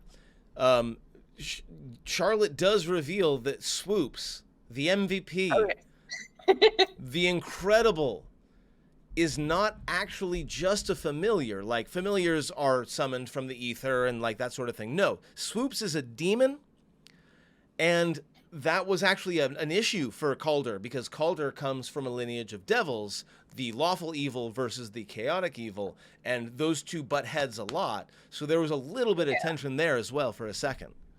Yeah. Because when the battle was over, Charlotte technically won their sparring match, and so she didn't.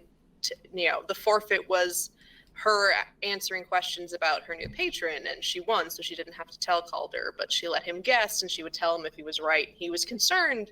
He asked if it was a devil. He asked if it was a demon. Both those answers were no. He's like, okay, cool, we're fine. And Charlotte's like, why do you care about those? And he's like, I'm from a devilish heritage. I don't like demons. And she's like, you like swoops? And he's like, what? So yeah, this little tiny bat that like has been around for a few campaigns now. Yeah, he's a demon. And that was true the entire time that I'd created Charlotte from the very beginning. Like, there were a few opportunities where I almost brought it up before now in the campaign, and I just didn't. So it was nice to finally reveal that.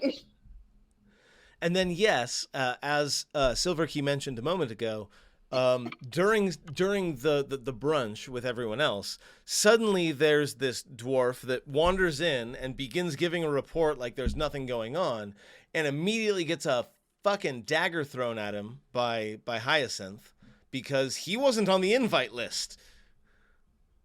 No. Sven shows up. Sven, who is Barnabas's advisor, and we'd seen him. Sven was apparently the dwarf who had met us all the way back in Orkhurst and was like, Your Majesty, what have you been out doing? And like, close to Barnabas in his advisory court and all that. And he just shows up and is like, hey, you've got this cool spell book on you guys. What's up? Oh, hey, Hyacinth is throwing a dagger at me. And he casts shield, so we figured out that he's a wizard. Yes, because everyone had already had kind of assumed that he was a cleric, because that's more dwarvish. Well, and he'd been scrying, and so I was one of the first to assume that, okay, he can scry on us, he must be a divine caster. Yeah. Which is not true. A lot of casters can scry. And then I believe at some point while everyone is talking, Charlotte and Calder show up at that time, right? But then Echo very quickly departs the scene. Yeah, he's tired. He just did the big ritual. He's feeling a bit bad in general. And so while Barnabas and then Calder and then Hyacinth are still talking like politics and what's going to go on where, Echo kind of skedaddles away, and he finds a room on his own. He tries to cast magic. He can't. That was one of the fallout of like casting the magic that we said, like, until he takes a long rest, he can't cast anything else. He gets pissed. He punches a mirror apart, falls asleep, and is contacted by a weird woman. Illustrial, another Forgotten Realms canon NPC, who wants to talk to Echo a little bit about his magic and says like, look, I get that you're doing some important stuff. There's this organization that A, loves performers, and B, is a bunch of spies, and maybe you should come and work for the Harpers. Yeah, she definitely puts out the recruiter feels for him and reassures him a little bit about like his magic will return, all of that. And Arrow doesn't necessarily believe her, but he's listening. He's still very tired. And so when he wakes up from that sort of dream vision, no, he doesn't wake himself up. Everybody else notices he's gone and then goes looking for him. Calder finds him, wakes him up, and as soon as he wakes up, Echo realizes that he is no longer attuned to the staff and it is missing. Yes. The staff that was loaned to them by the Xanathar Guild. Yes, the Staff of Resurrection is gone, and that, of course, places Echo specifically and the group in general in significant debt to the Xanathar Guild, almost like that was their plan the whole time. What? Yeah. So that's gone. They realize that, like, shit's moving. The Echo shares what he learned in the vision and, like, the advice to go to Silvery Moon and find the Harpers. Hyacinth is very vague about whether or not he himself is a Harper, but gives a Harper pin to Echo and says, yeah, you should go check him out. I see you, Hyacinth. Yeah, and Um, the Harper pins are magical items that kind of shield you from scrying, right? They make you difficult to detect magically. yeah. And so, interested in finding more of those items for the party, and also Barnabas knows that there are contacts in Silver Moon that could probably get them to the mountain sooner. Sven has already left at this point. He fucked off.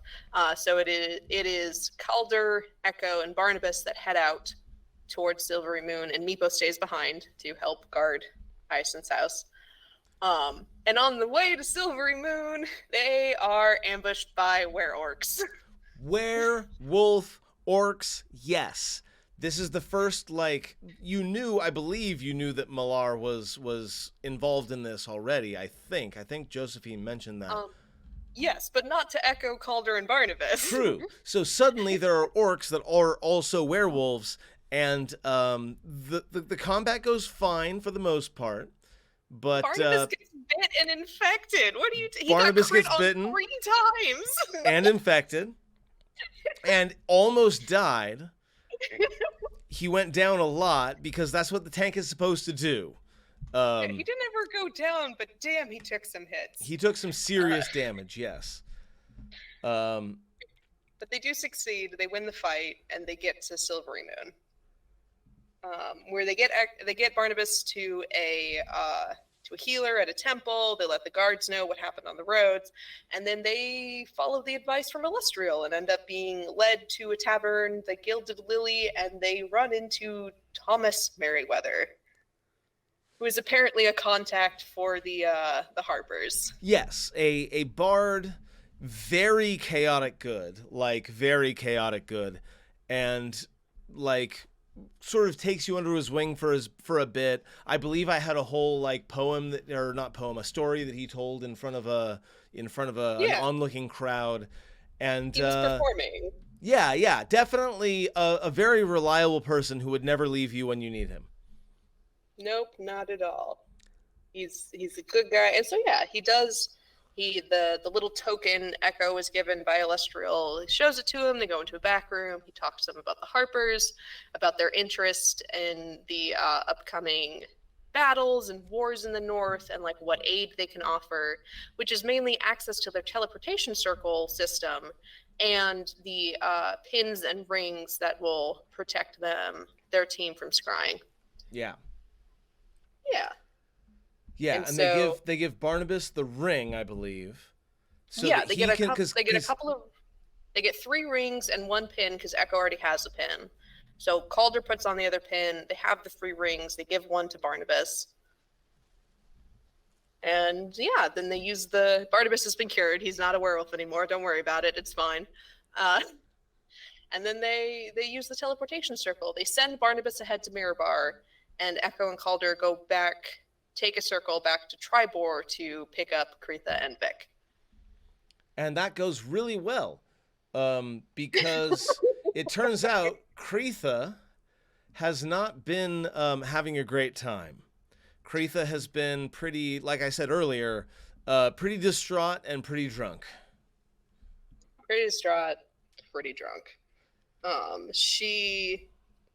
She's mad when they get back there and Barnabas isn't with them anymore. She thinks they've abandoned him and she's not listening to what they're actually saying. She's very drunk. And she says some hurtful things about like, you shouldn't have left him. I thought you cared about him, to Echo in particular. And just like, I loved Jen's role play. She was a wonderfully mean drunk of Kretha. Very mean, yeah.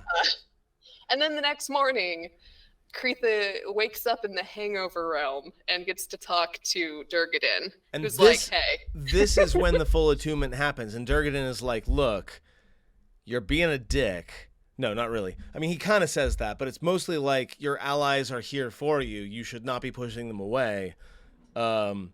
Also, fucking, you did the thing that dwarves do, right? Like, dwarves often suppress their feelings and then get very drunk, and then release those feelings in one violent burst because of the drink. Like, you are obviously a dwarf now. And she wakes up with a full beard. And then freaks out about it. Yes, and like Echo comes to give her breakfast and talk about things in the light of day, notices how upset she is, talks to her, reassures her, goes and gets Calder to help with the shaving the beard part. Totally brought her real medicine. Don't worry about where he got it. Uh, and then, yeah, Kretha and Calder and Echo have a bit of a heart to heart of the like, we know you were mad last night and a little mean, but we're friends. Echo still sees her as a sister. Like, they reassure her that, like, just because you get mad and angry and hurt one time doesn't mean we're going to abandon you. They have That's a a lot of mood. nice chats. Yeah. And then Echo leaves so that Calder and Kretha can finish up the shave, and they talk a bit more about, like, found families versus the ones you were born into. And Echo goes and talks to Vic and gets a very confusing conversation out of it. Because Echo's there to like ask Vic like what she's about, and like she's a hunter and she deals with supernatural things, and like kind of susses out that like she deals with werewolves, and Barnabas just had a run in with werewolves, and there's going to be more werewolves in the north. Do you want to come with us? And Vic is wonderful, but not great at conversation. And so she info dumps a bit about werewolves, and then a bit about cats, and then a bit about magic and artificer stuff. And Echo, bless him, does not have the intelligence to follow the conversation. But they all kind of end up on the same page, and then they reunite in the tavern. And Vic apologizes to Kretha, and Kretha apologizes to Vic, and they're all best friends again. And everyone's like, "Cool, let's go join a war." Very cathartic. But then they head over to Mirabar, and that's where our next big arc is going to begin. I'm going to go ahead and use the restroom really fast, but if you would like to talk a little bit while I'm gone about like the setup, because the full moon arc is massive, right? Like absolutely massive. So just tell us a little bit about the setup while I'm gone, and I will be right back. I can hear you because you're on my speakers. Okay. So here's the thing. So this arc is called The War in the North. But I like to split up this arc for the War in the North up until the full moon, and then the full moon, because the full moon is like 7 full sessions. But the War in the North is them heading to Mirabar and basically getting everything set up for the Adbar forces that are there, which we knew going into it was going to be a bit of downtime. We had to think about what our characters would be doing over the course of like a month that it would take to set up for the offensive and for trying to make a push for the mountain. And it there was a hilarious moment in the beginning where, okay, we get there and we're in the north, and it's the 4 PCs. It's Calder, Vic, Kretha, and Echo. And we get to Mirabar, we meet some dwarven scouts who are there to escort us out to the actual encampment, which is closer to the mountain. So we get like cold weather gear, and we get some flying brooms, and Vic makes flying brooms attached to a cart. Kretha's afraid of flying. I don't know if we've introduced that yet, or if this is where it was solidified. But yeah, so we head out from Mirabar to get to the encampment. And when we get to the encampment, we see that there is a circus tent in amongst the war tents. And then we were left on that cliffhanger for like 3 weeks, and I'm not still bitter about it. But yeah, Echo had written letters to his family back in Tribor the first time they were through. Like, he wrote to his uncle, he wrote to his boyfriend, who were half orcs, about like, hey, I'm heading towards the north, towards a war with orcs. Can you send me any advice? And instead of sending letters back, his uncle brought half the circus with him north. They just showed up. They just showed up.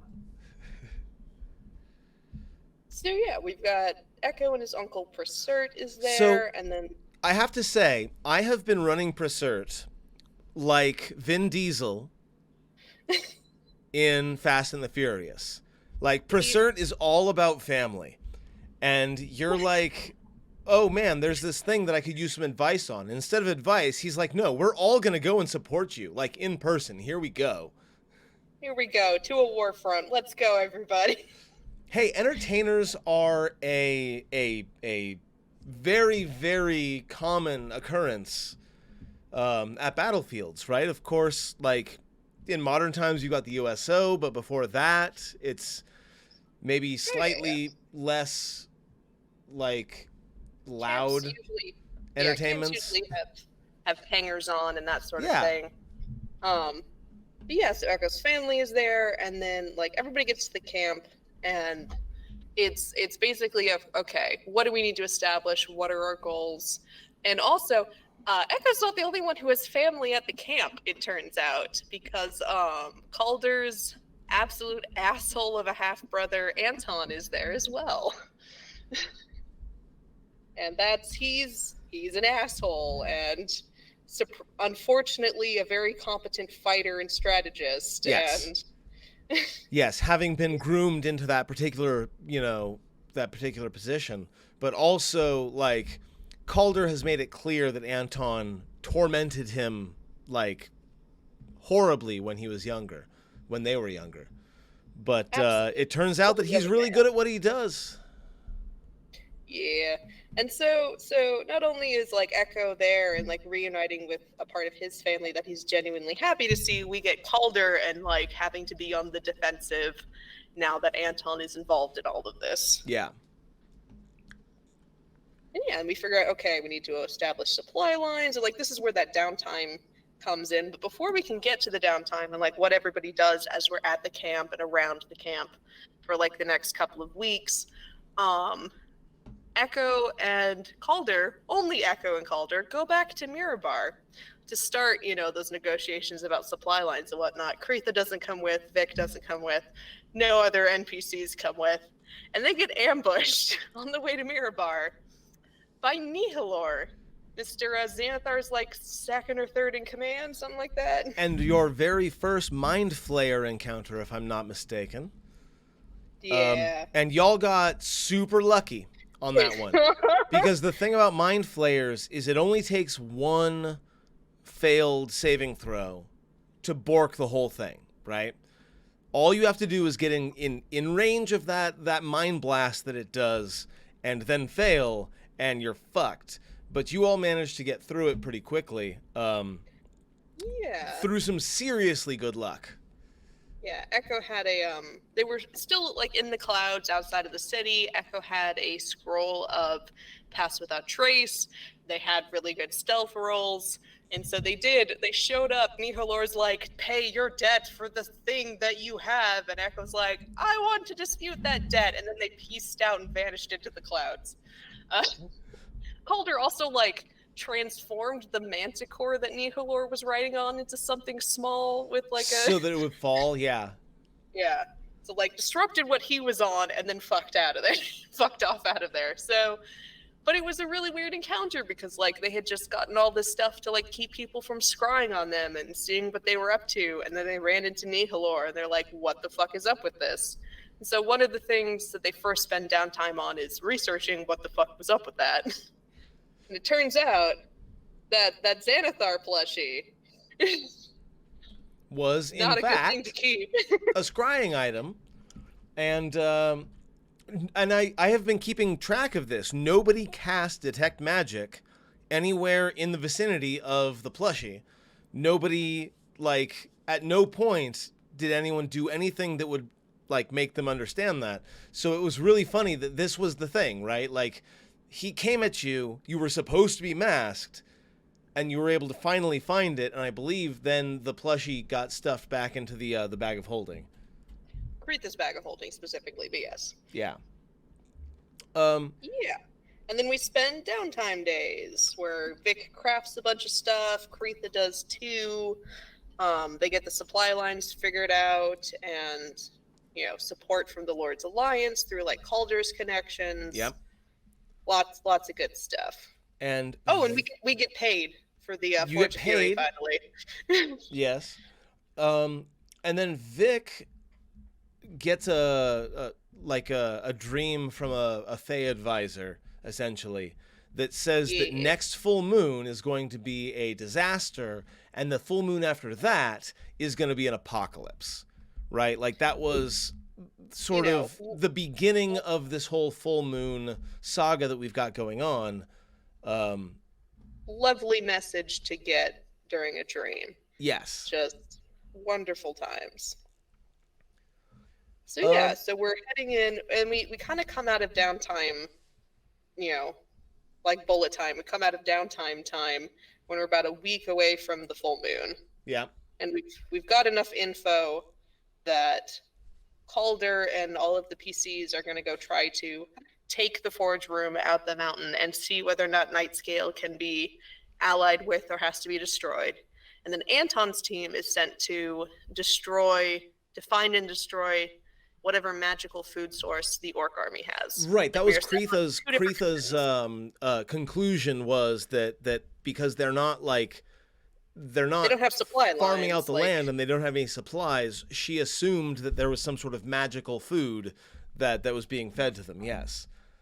yeah, so Anton's team goes and investigates that, and we go to kick ass at the mountain. Right. And we do. We go and kick ass at the mountain. We get in through the lake. We come up into Nightscale's lair, and it's, party v Nightscale, the actual combat. Nightscale was not having it a second time. So he tried to defend himself and his sovereign space, but these invaders defeated him. Yeah. There We was took some his nasty treasure, by shots. the way. We did take all of his treasure. But yeah. Not all so of we it. do- I think you left him some. Calder gave back his share, That's true. but did take the whistle. You did take do the whistle take back it at this back. point, though. Yeah. Yes. Yeah. So Nightscale surrendered rather than die. We actually bully him into an alliance, like, you don't like the orcs on your mountain, we don't like the orcs on your mountain, let's work together for now. And he reluctantly agrees. He also, because we defeated him, like, Calder gets the feat of, like, the dragon's gift. Now he does super acid damage.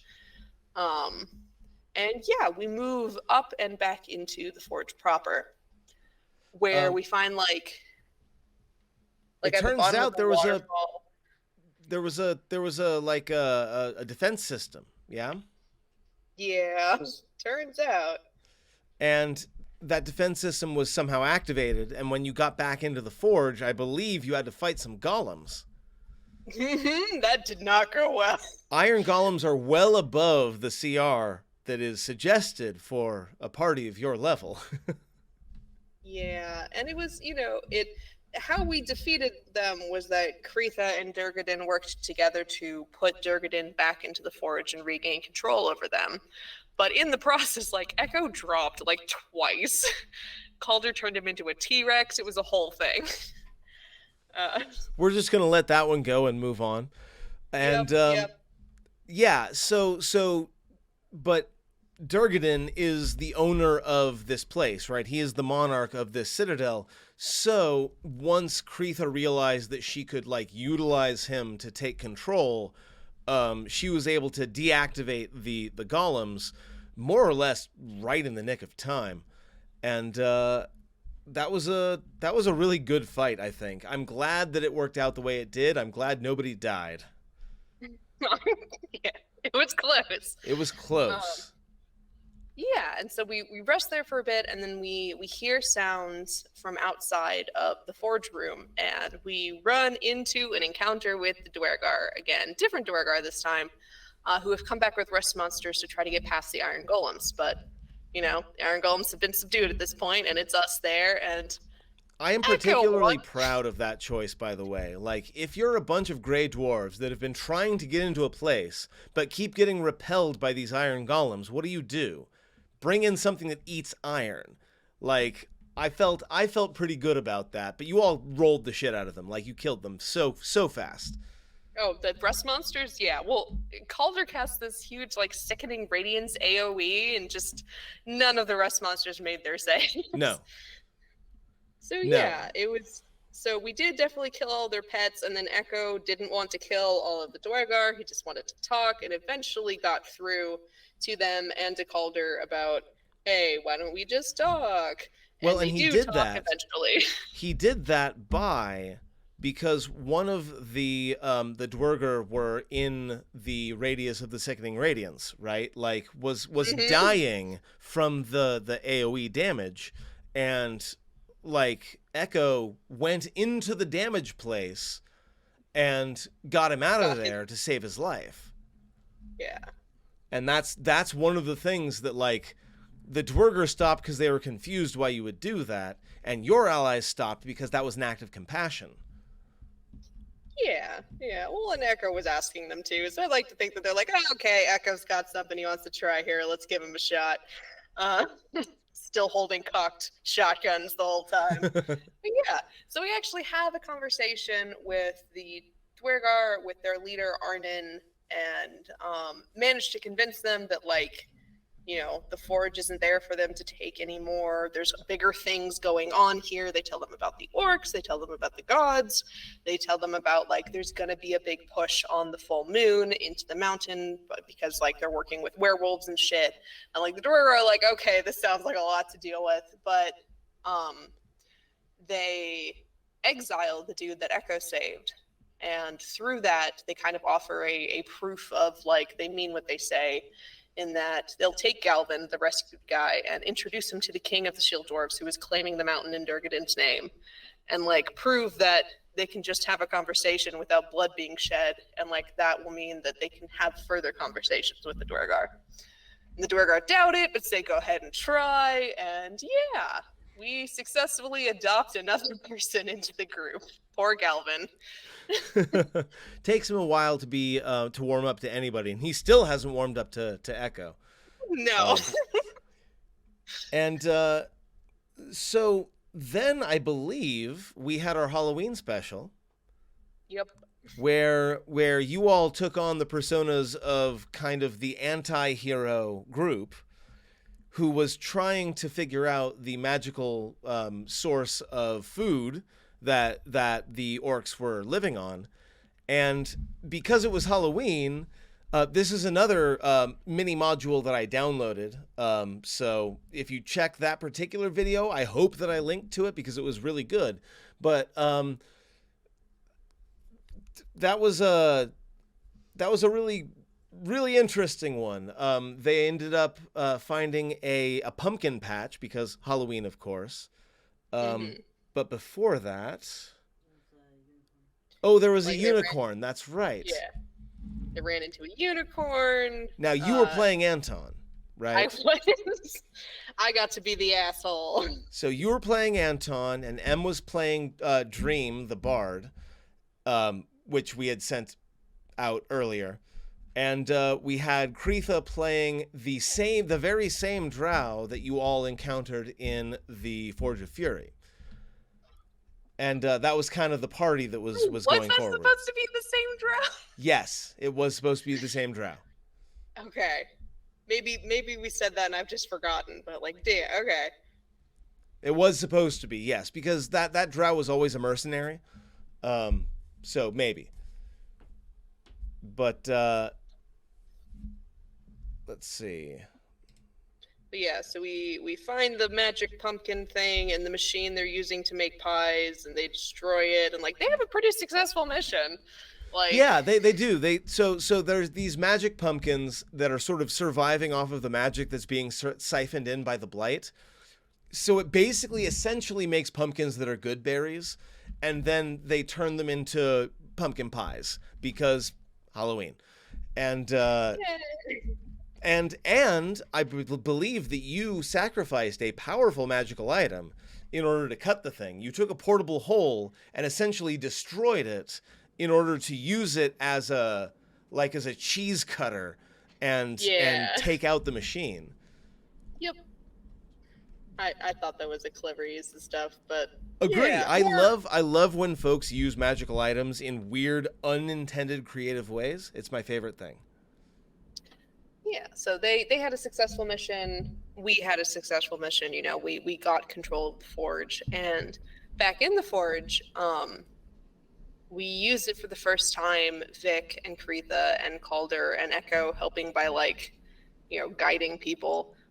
use it to reforge Durgadin a new weapon to inhabit so that he Yep. can control the forge, but also still come with Kretha. Yeah. So we do that. We managed to use the forge for the first time in like 800 years to actually make a working magical item with it. So it is kind of the reawakening of the Forge of Fury proper. Yeah. And then Echo and Calder fly back to the encampment, tell everybody what's up. We've secured the forge. Oh yeah, they discovered there's a teleportation circle there back in Arundel's chambers, and with the use of that, start to send dwarves into the forge proper and start, shoring it up and preparing it to be one of their bases of operations. Yeah. And just in time, too, because the full moon is around the corner. But before we get to the full moon, Echo gets another message from Illustrial, and also gets a message from Vesper. Right. So first off, Barnabas actually is put face to face with Galvin, the Grey Dwarf, right? Yes. And he pulls a kind of Locutus of Borg thing where he like gives a command in Undercommon and like sort of relies on the hierarchical, nature of the Grey Dwarves to get some answers. And so he doesn't kill him, though, and he does accept this. He's kind of pissed about it, but he does accept this. And then, as the full moon is coming, Echo is like, all right, I've got this thing on me that might keep it so that anybody who wants to contact me telepathically can't do it. And he unattunes to it, pulls it off, and then, like, it's like reading the voicemail backlog. Yeah. Yeah, Vesper sent him a message who knows how long ago about, like, hey, come to Waterdeep. I've got information about, like, this blight and the next full moon. You need to come here before the next full moon. And, like, Echo gets this message the morning of the full moon. So he's like, okay, great. And then Illustrial's like, hey, what's up? Found out a little bit more about the leader of the Orcs. His name's Morgenthal. We can't really scry on him. And kind of gives the download about that and where they generally think the command tent is of the Orc army. And then she also passes along the fact that the Xanathar's dead. Yeah. The Xanathar died. Long live the Xanathar. There's always a Xanathar. So chances are good that whoever killed it is now the new Xanathar. But hopefully that means, depending on how good records are kept, maybe you don't have to worry about this debt that you've got going on. Maybe. And that's all the morning of the day of the full moon. And so, they go about, like, they've been cranking out some silvered weapons for the fight of this first full moon at the forge and back at the camp. And as people are going to their final places to get ready for the push on the full moon night, Barnabas and Sven go back to the encampment, and Echo and Calder stay at the forge to guard it. Vic and Kretha are also at the forge to kind of man it. And some more, like, as the last of the dwarven guards that are coming through to help guard the forge come through, there's also an elven mercenary there who might have been in the background of the shots from the fighting pit. It's Ghost. Very desaturated, yeah. Yes. And Ghost, of course, was hired by Barnabas to guard things. He was probably there when Xanathar died. Probably, maybe. We haven't really clarified that. But Gallic and Thorn escaped. That part, that part he knew. That they did all escape when some riots broke out in the fighting pits, and like a lot of people got away, including Ghost and including Gallic and Thorn. Yeah. Yeah, and then like it's the full moon. Everyone is worried about the portents that they were given. So folks tend to split up and sort of guard everything that needs to be guarded. I know that I believe Victor and Kretha are going to be staying at the forge, and Ghost is going to help out with the guards, like defending against anyone trying to come in through the Glitterhame. Yeah, and Echo and Calder are there too. And I'm actually going to start a new page for the whole full moon, because the full moon goes on for a very It goes long on for a time. bit. But yeah, so that's the War in the North up until the full moon. And then we get to the full moon. And we start out with the rugged tumble werewolves. Right, right. We did a like sexy battle wizards except Reskin. except reskin for werewolves. That was super fun. And Oh, but we forgot to mention, during the downtime, Vic turned Kevin Bonewolf, Bevan, and Matthew Boulder Shoulder into Blood Hunter werewolves. correct. Don't worry about it. Don't Here's where worry it comes about it. It's all fine. And that's where the rugged tumble werewolves came from. And they all kind of went out and were trying to figure out their werewolf powers. Yeah, But they they started by scouting around, yeah. and it was just Matthew and Kevin, because we only had 2 players that night. Yes. Yeah, I played Matthew. You got to play Kevin, and M DM'd that one. Em was running that one, yeah. So they got to go out and do werewolf scouty things, and they ran into some of the were-orcs, and actually were pretty good against them, you know, being blood hunters and immune to lycanthropy because they've already got it. And it was pretty successful until they both lost their minds a little bit to the wolf impulses and woke up a little bit later behind enemy lines. They scouted further, and they actually saw Morgenthau. I think they were the first people who actually got a look at Morgan. Right? Was it Morgenthau? Or no, they got a look at a mage. They met Saloon. They did. I'm talking. Yeah, that's fair. I don't think they saw Morgenthau. I'm pretty sure the first time we saw Morgenthau was when It was a bit later. Anton attempted to ambush him. Yeah. Yeah, but they got behind enemy lines, saw like the destruction they had done to the forest back there, got some info about like some of the mages that they had seen, and then went back to the Dwarven war encampment. And then the next several sessions were so much combat. So much combat. So much combat. So we started with, so past the rugged tumble werewolves, we went to.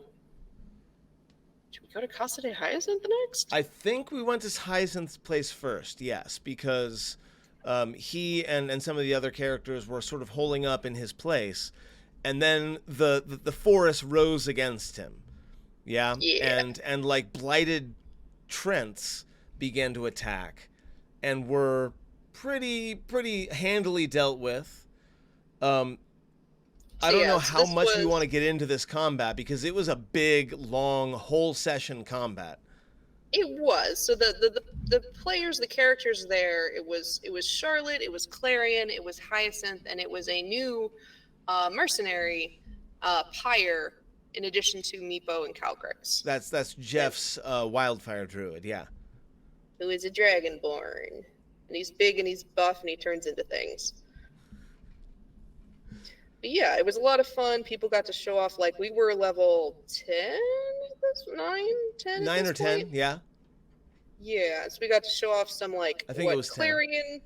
Yeah, some Clarion stuff, some That's Hyacinth. right, because Clarion specifically I advanced to 11 because I wanted him to have access to the next level of spells because this was his first time back in combat in a long time. So, Since yeah. he died. Yeah. Hyacinth got some legendary actions because this was essentially Hyacinth's lair, or lair actions, I guess. And there was the first wave of Ents. There was a second wave of were-orcs on wargs. Yep. And we got through those pretty okay. We had, like, some of the legendary actions were like wards and traps that like Charlotte had been setting up in the previous month with her abjuration magic. Some of it was just like, the soldiers and guards Hyacinth had hired that were firing off ballistas and whatnot. It's also important to note that Meepo and Calcrix were involved in this combat as well. Yes, Meepo and Cockroach are there, fucking shit up. And then, so we got through the first two waves pretty all right, but then a storm kicked up, and a third wave came in the form of a mysterious mage riding an adult blue dragon who is controlled by thorns or vines, Yep. which The uh, we the plot continues. Oh, it was two yeah sessions. You're right. This was a long one. Like this was a yeah long combat. And yeah, so this it was only the two, right? It was the mage and the dragon, and that one also went pretty sideways pretty quick. yeah. I mean, it's the mage has had one of those stupid like ninth level spells on it where it made like attacking them and trying to affect them with anything nearly impossible. And so a lot of people jumped onto and off of the blue dragon, which was like covered in vines. And eventually, what happened was that the um, the mage was staying behind and taking on everybody else, and Charlotte, through use of a darkness spell, caused the adult blue dragon to like take off in a random direction with her on its back. Yeah.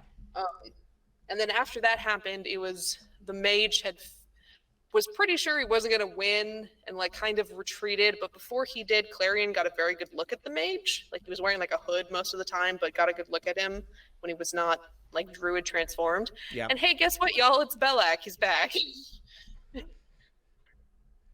Yeah, and that's like we've been talking about this for what 2.5 hours at this point, but this is months and months between sightings of Belak. So like when he came back, Years. all of you were like, "Wait, what the fuck?"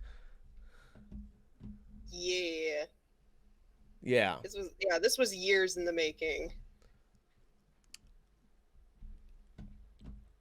You love my dragons. They're such good atomically correct dragons.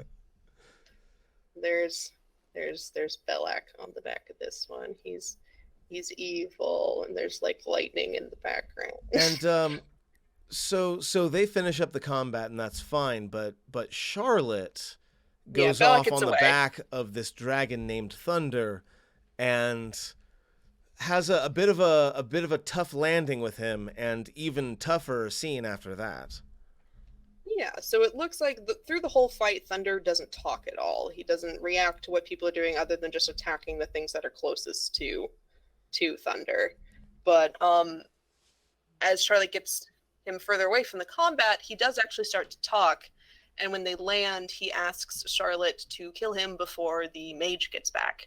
And so they have a bit of a conversation about that. Charlotte does, through the use of clouded daggers, manage to saw his head off. And she's there for a while, and she gets to identify and like magically study the vines around Thunder for a bit. So she gets that knowledge.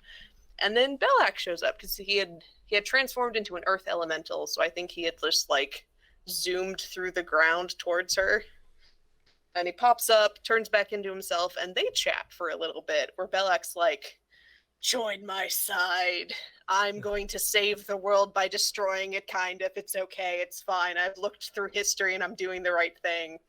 And Charlotte's not kind of having it. That is a direct quote, by the way. Yep, direct quote. And yeah, so Belak gets to basically monologue at her for a little bit. She gets to quip back a bit, and then he starts to take off because he realizes that, like, Charlotte probably couldn't kill him, and he probably can't kill Charlotte at this point. She's got so many wards and shit on her, and he's already done the thing he came here to do, apparently. So he, tree steps away while Charlotte bolts him with lightning. Lightning bolts him through the tree, yeah. Which comes up again later. Yeah, and then so that's kind of the end of the Hyacinth thing. Meepo and Calcrix do find Charlotte and like bring her back to the house, and they recoup, but they have managed to successfully defend the estate. It only got blasted by fire a little bit. Oh yeah. There's a tree where a building used to be, but it's fine. It's mostly okay. They didn't lose anyone on their side, so I call that a successful defense. And then finally, because Jen had been out for a while, we got Jen back. And the Well, first thing that happened in that, I believe, that session was Kreetha being called to action. Yeah. no. We have to do the stuff before Kreetha got back, where the other three Ooh. got called to action. Oh, you're right. I missed something. Yeah. So meanwhile, that is all happening. For the first part of the night, people are waiting at the forge for someone to attack the forge, and no one ever does.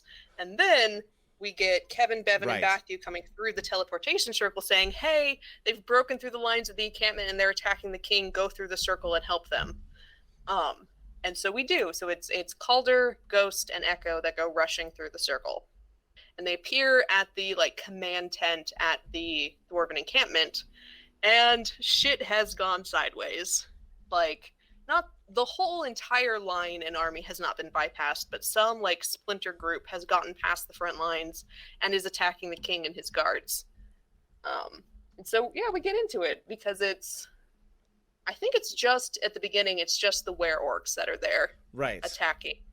No, I did waves here as well. There was the were-orcs, and then there were some corpse flowers that came out spitting out zombies. Yeah, but like they come through, they defend Barnabas, and Barnabas's like cousins who are also there, Ivan and Peichel, and Sven is there, and they, it's a lot of like being in the middle of a battle, and then the team gets to come in and like be the turning of the tides. Yeah. So it was a cool battle. We got to see Ghost in action too, who is fantastic and will get a lot of spotlight in just a moment. They're a fighter barbarian? Yes. Yes. Calder went invisible on his broom and just rained down blights on everything. It was not blight, but the blight spell. Yes. Yes. The actual blight. There he is on his little broom casting blights. And Echo invoked duplicity, so there was an echo of Echo. It was a cool fight. Like you said, Ghost was there and got to tango literally with one of the corpse flowers, yeah.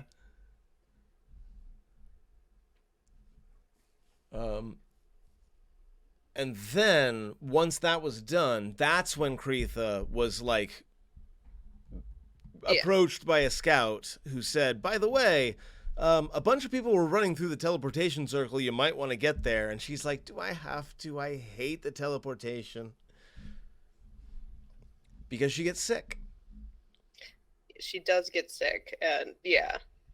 But she does go through because she has a talk with Durgan, and Durgan's like, sometimes you gotta do shit you don't want to do. Take me with you. Let's go fight some were-orcs. And she's like, all right, let's go fight some were-orcs. And so they do. And so they get there, and like that first skirmish is over. They've defended the king and his guards, and they regroup a little bit, and they're like, cool, how's the fight going? And that's when we find out... They find out that Anton, that we have not mentioned, Anton was to lead kind of the irregular troops that had come up from Mirabar. Like, his job was to lead the skirmishers, and he seems to have fallen in combat because the person that he gave his armor to fell in combat, while he decided to go up to move north, which we'll talk about in a minute. But he seems to have fallen in combat as far as we know. Yeah, and so like the front lines are holding for now, but they're not doing great. And so the party decides, okay, how are we going to go support them and deal with the fact that like there's obviously one of their goals is to take out the king because they broke through with this group. Yeah. And so what they decide to do is have a lot of different Barnabases running around, with Calder using the seeming spell. Echo gets disguised as Barnabas, and he goes in a group with Sven. Barnabas goes in a group with Kreetha. She's disguised as Sven, and Ivan and Peichel stay behind, disguised as Barnabas and Sven at the command tent. So many Barnabases, so many Svens. Yes. And then they go to different areas to support the front. Calder, real Barnabas, and Kreetha as Sven go and back up the irregulars and push through for another assault and take care, like the PCs take care of the were-orcs as a part of that rush. Echo, Real Sven, and Ghost go and shut the doors as like hill giants are trying to break in past the defenses. Backing up for a moment, though. So first off, Calder uses seeming on himself as well to make himself look like Anton. Yeah.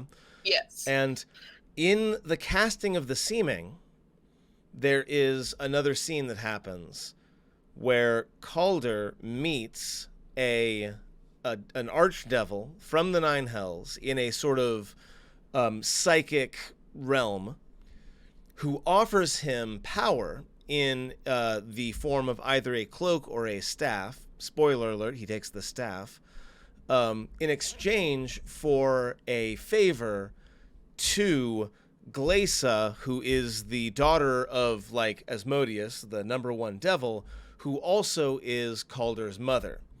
So he finds out that his mother is like a devil princess, sort of, and he accepts power from them in exchange for a staff of power, or so in exchange for a favor from him to be negotiated later.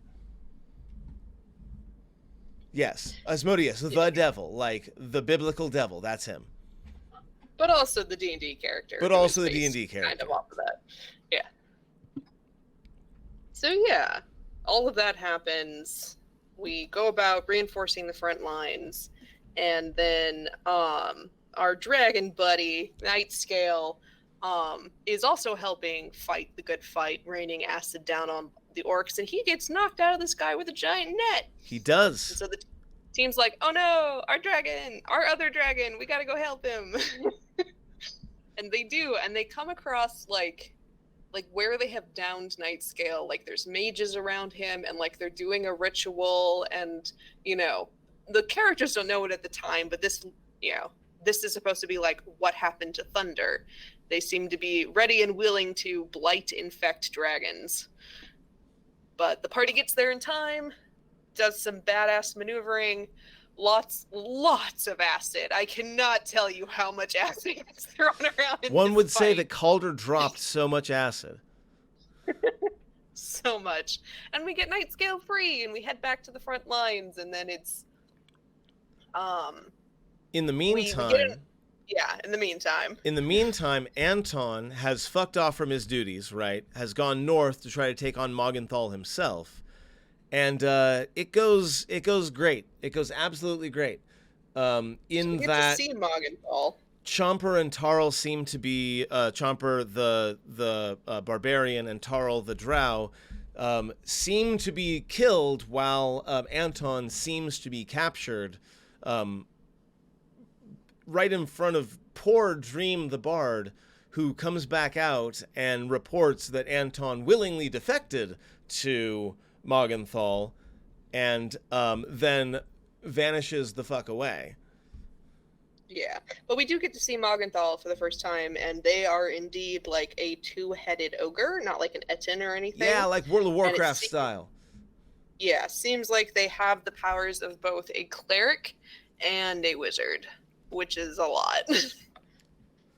And then came one of the more popular videos that I've got on the channel, which was when after the dust had settled, and they Echo and Barnabas finally got a chance to actually speak frankly to one another. Yeah, spoilers, they win the fight and they drive the orcs off. It goes okay. The dawn breaks and they win. It's fine. Yeah. They managed to hold out, essentially. Yeah, and then afterwards, after the first long rest in like 2 days, then they get to talking. And Echo and Barnabas talk about things, and Barnabas had handed him an uncut gem, which we had talked about before, being like a symbol of dwarven courtship. And, Echo had asked Sven about advice about what to do about that, and he'd kind of explained what part of dwarven courtship it was. And Echo said yes, and they went and cut the uncut gem in the forge. which became a legendary magical item. Yes, an Ion Stone of Mastery. One of the more broken items in the game. I thought that after a year and a half of shipping, of aggressively shipping on your Tumblr, that is the least I could do. So yeah, and I thought it was a really good scene. That's a scene that everyone should watch. Like, that's another one of our like top 10 scenes that if you want to understand this game, you should watch that one. And that was the full moon. That was the full moon, right? Like, I feel like that's basically there was, the player characters did descend onto the battle themselves, but that was mostly description, right? We described some of the ways that you got around the battle, but then you all ended up victorious, and then we've had, I believe, 2 or 3 sessions since the full moon ended. Yes. And that was mostly dealing with the fallout of what else had happened on the night of the full moon, that where the player characters were not. Which turns out... Alright. There is an animatic. There's an animatic that you should go find on Gale's YouTube, because it talks about the first sort of big encounter where a couple of Kreitha's goblin family members are captured in the Forge of Fury, yes. and detained in the room where they left a sentient rug. Yeah, Kreitha finally confronts those goblins we saw evidence of back before, who were indeed from her tribe and were looking for her, and were like, hey, what the fuck are you doing? You're not doing your job. And Kreitha's like, nah, but I like it here better. I mean, I'm doing important work, but I also like it here better. Yeah. And so they get, Kreitha finally gets to flex a bit of her authority as like Lady Regent of the Forge. And to be clear, this is where the Creven ship was born. Yes. Because it was Kevin and the other rugged temple werewolves that like found the goblins and like told them about it, and like were there for the conversation of Kreitha telling off the other goblins and telling them to go home, and like, no, she has authority here. This is her place. So yeah. And then Kreitha canonically went into her room and had a depression nap for like 8 hours. For like 8 hours minimum. And she said, do not disturb. And everyone went, that's fair. And that is the last we have seen of Kreitha so far. And then everyone else had a bit of a, now that they're rested, they had a bit of a message from Mirabar. Or rather, they didn't get they did not have a message from Mirabar.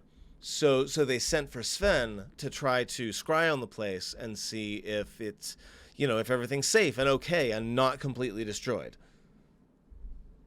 And we scried on it, and it was pretty destroyed. Evidence of a giant creature of some sort wreaking havoc through the town, and that is where a lot of the like civilian hangers-on had gone, including the circus, to like ride out the full moon. So the player characters, and by that I mean Echo, Calder, and Ghost, hurried over to Mirabar on brooms to investigate what had happened and to see whether or not the teleportation circle there was still working. Which it did end up being, but before that, there were some members of Echo's family that didn't quite make it through the attack, and this is where Calder shows off his new abilities. Right. Yes. This is where he shows that he has access to the Raise Dead spell, and had taken or received some diamonds from the dwarves to make that happen. Yeah, so he resurrected a good amount of Echo's family that was there, and then they started moving. I love it. Started moving through Mirabar, kind of taking stock of what had happened there, and yeah, we ran into more people that Echo knew, including his boyfriend, who he had also written to, who would come to the city to surprise him, and then a fucking kaiju attack happened.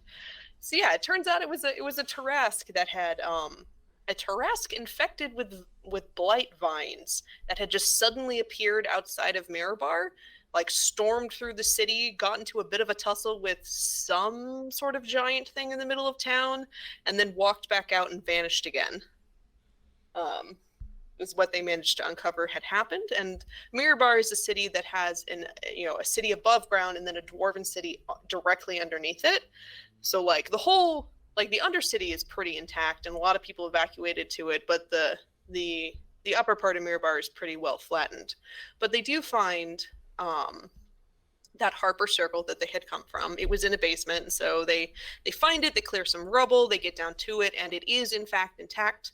So they use that to send Echo's family back to Neverwinter. But before all of that, when they were exploring Mirabar, gosh, I can't remember timeline wise. Calder had his conversation with his mom. Oh, that's right. That also happened where he like, because part of the deal was you're gonna get to have an audience with your mom, right? And it was after Calder had resurrected everybody, and he was kind of like zonking out because of it. I believe he cast catnap on himself. Yes. Yes. And then So had a they conversation with his mother that I really recommend folks just look at. It was revealed that he was conceived as part of a deal between his father and Glaisa, his mother, to give his father power in exchange for Calder being born. Calder being born was Glaisa's goal. And she told him that she didn't have any specific things for him to do, that simply his existence here and now was her goal. And then she gave him a quest. She charged him with taking back the power from his father that she gave him because he violated the terms of their agreement. Again, not going to go into super specifics, but you should definitely look into it. He violated the terms of his agreement, so it is up to Calder now, as his favor to her, to go and reclaim that power, making his father powerless in the process. Yeah, and Calder does tell people about that as they are making their way through Mirabar. He tells Echo, he tells Ghost about it a bit of, not all of the details. He keeps some of it close to his chest, but he does let them know that, like, who his mom is, that they talked, that he has been given an opportunity for a quest, that sort of thing. Yeah. And during these conversations as they're moving through Mirabar, Echo finds out that Prosert is a Harper. Allegedly. He is. He's where Echo literally told him, "Hey, I'm a Harper too," and Prosert's like, "Oh, okay, all right." And like starts talking more openly about like why he came north, and like Echo's like, "Cool, can we send the rest of the family back?" And they do. And then just as they're going to use the teleportation circle to head back to the mountain and give everybody there an update, Thomas Merriweather is there in the room. Like, he came to the mountain with them initially. Allegedly. It was Thomas. Allegedly. And Echo tries to bring him with him, but he jukes him at the last second, and they go through the teleportation circle and get back to the mountain. Have a good trip. Yep. And then they're back at the mountain. Sven's there. Everybody's still kind of, they give them the update about Mirabar, that the teleportation circle is still intact. Now we're in the most recent session at this point, right? Yes. Yeah. And then as they get back to they're talking to Sven, they find out that there is an update from the Dwergard, that someone has left a message for them that Echo recognizes as the symbol that they were going to use. Yep. And says as much. Sven gets a little pissed about all that. But they go out to the Glitterhain to talk to Arnon. And he's there, and he's like, "What's up?" And Echo's like, "I want to hire you." And Arnon's like, "What the fuck?" Also, Galvin's alive. That went well. And so they talk for a bit, and they do get to convince him by telling him a bit more about Belek, the Gulthias tree, what the vines do, what they think is going to happen.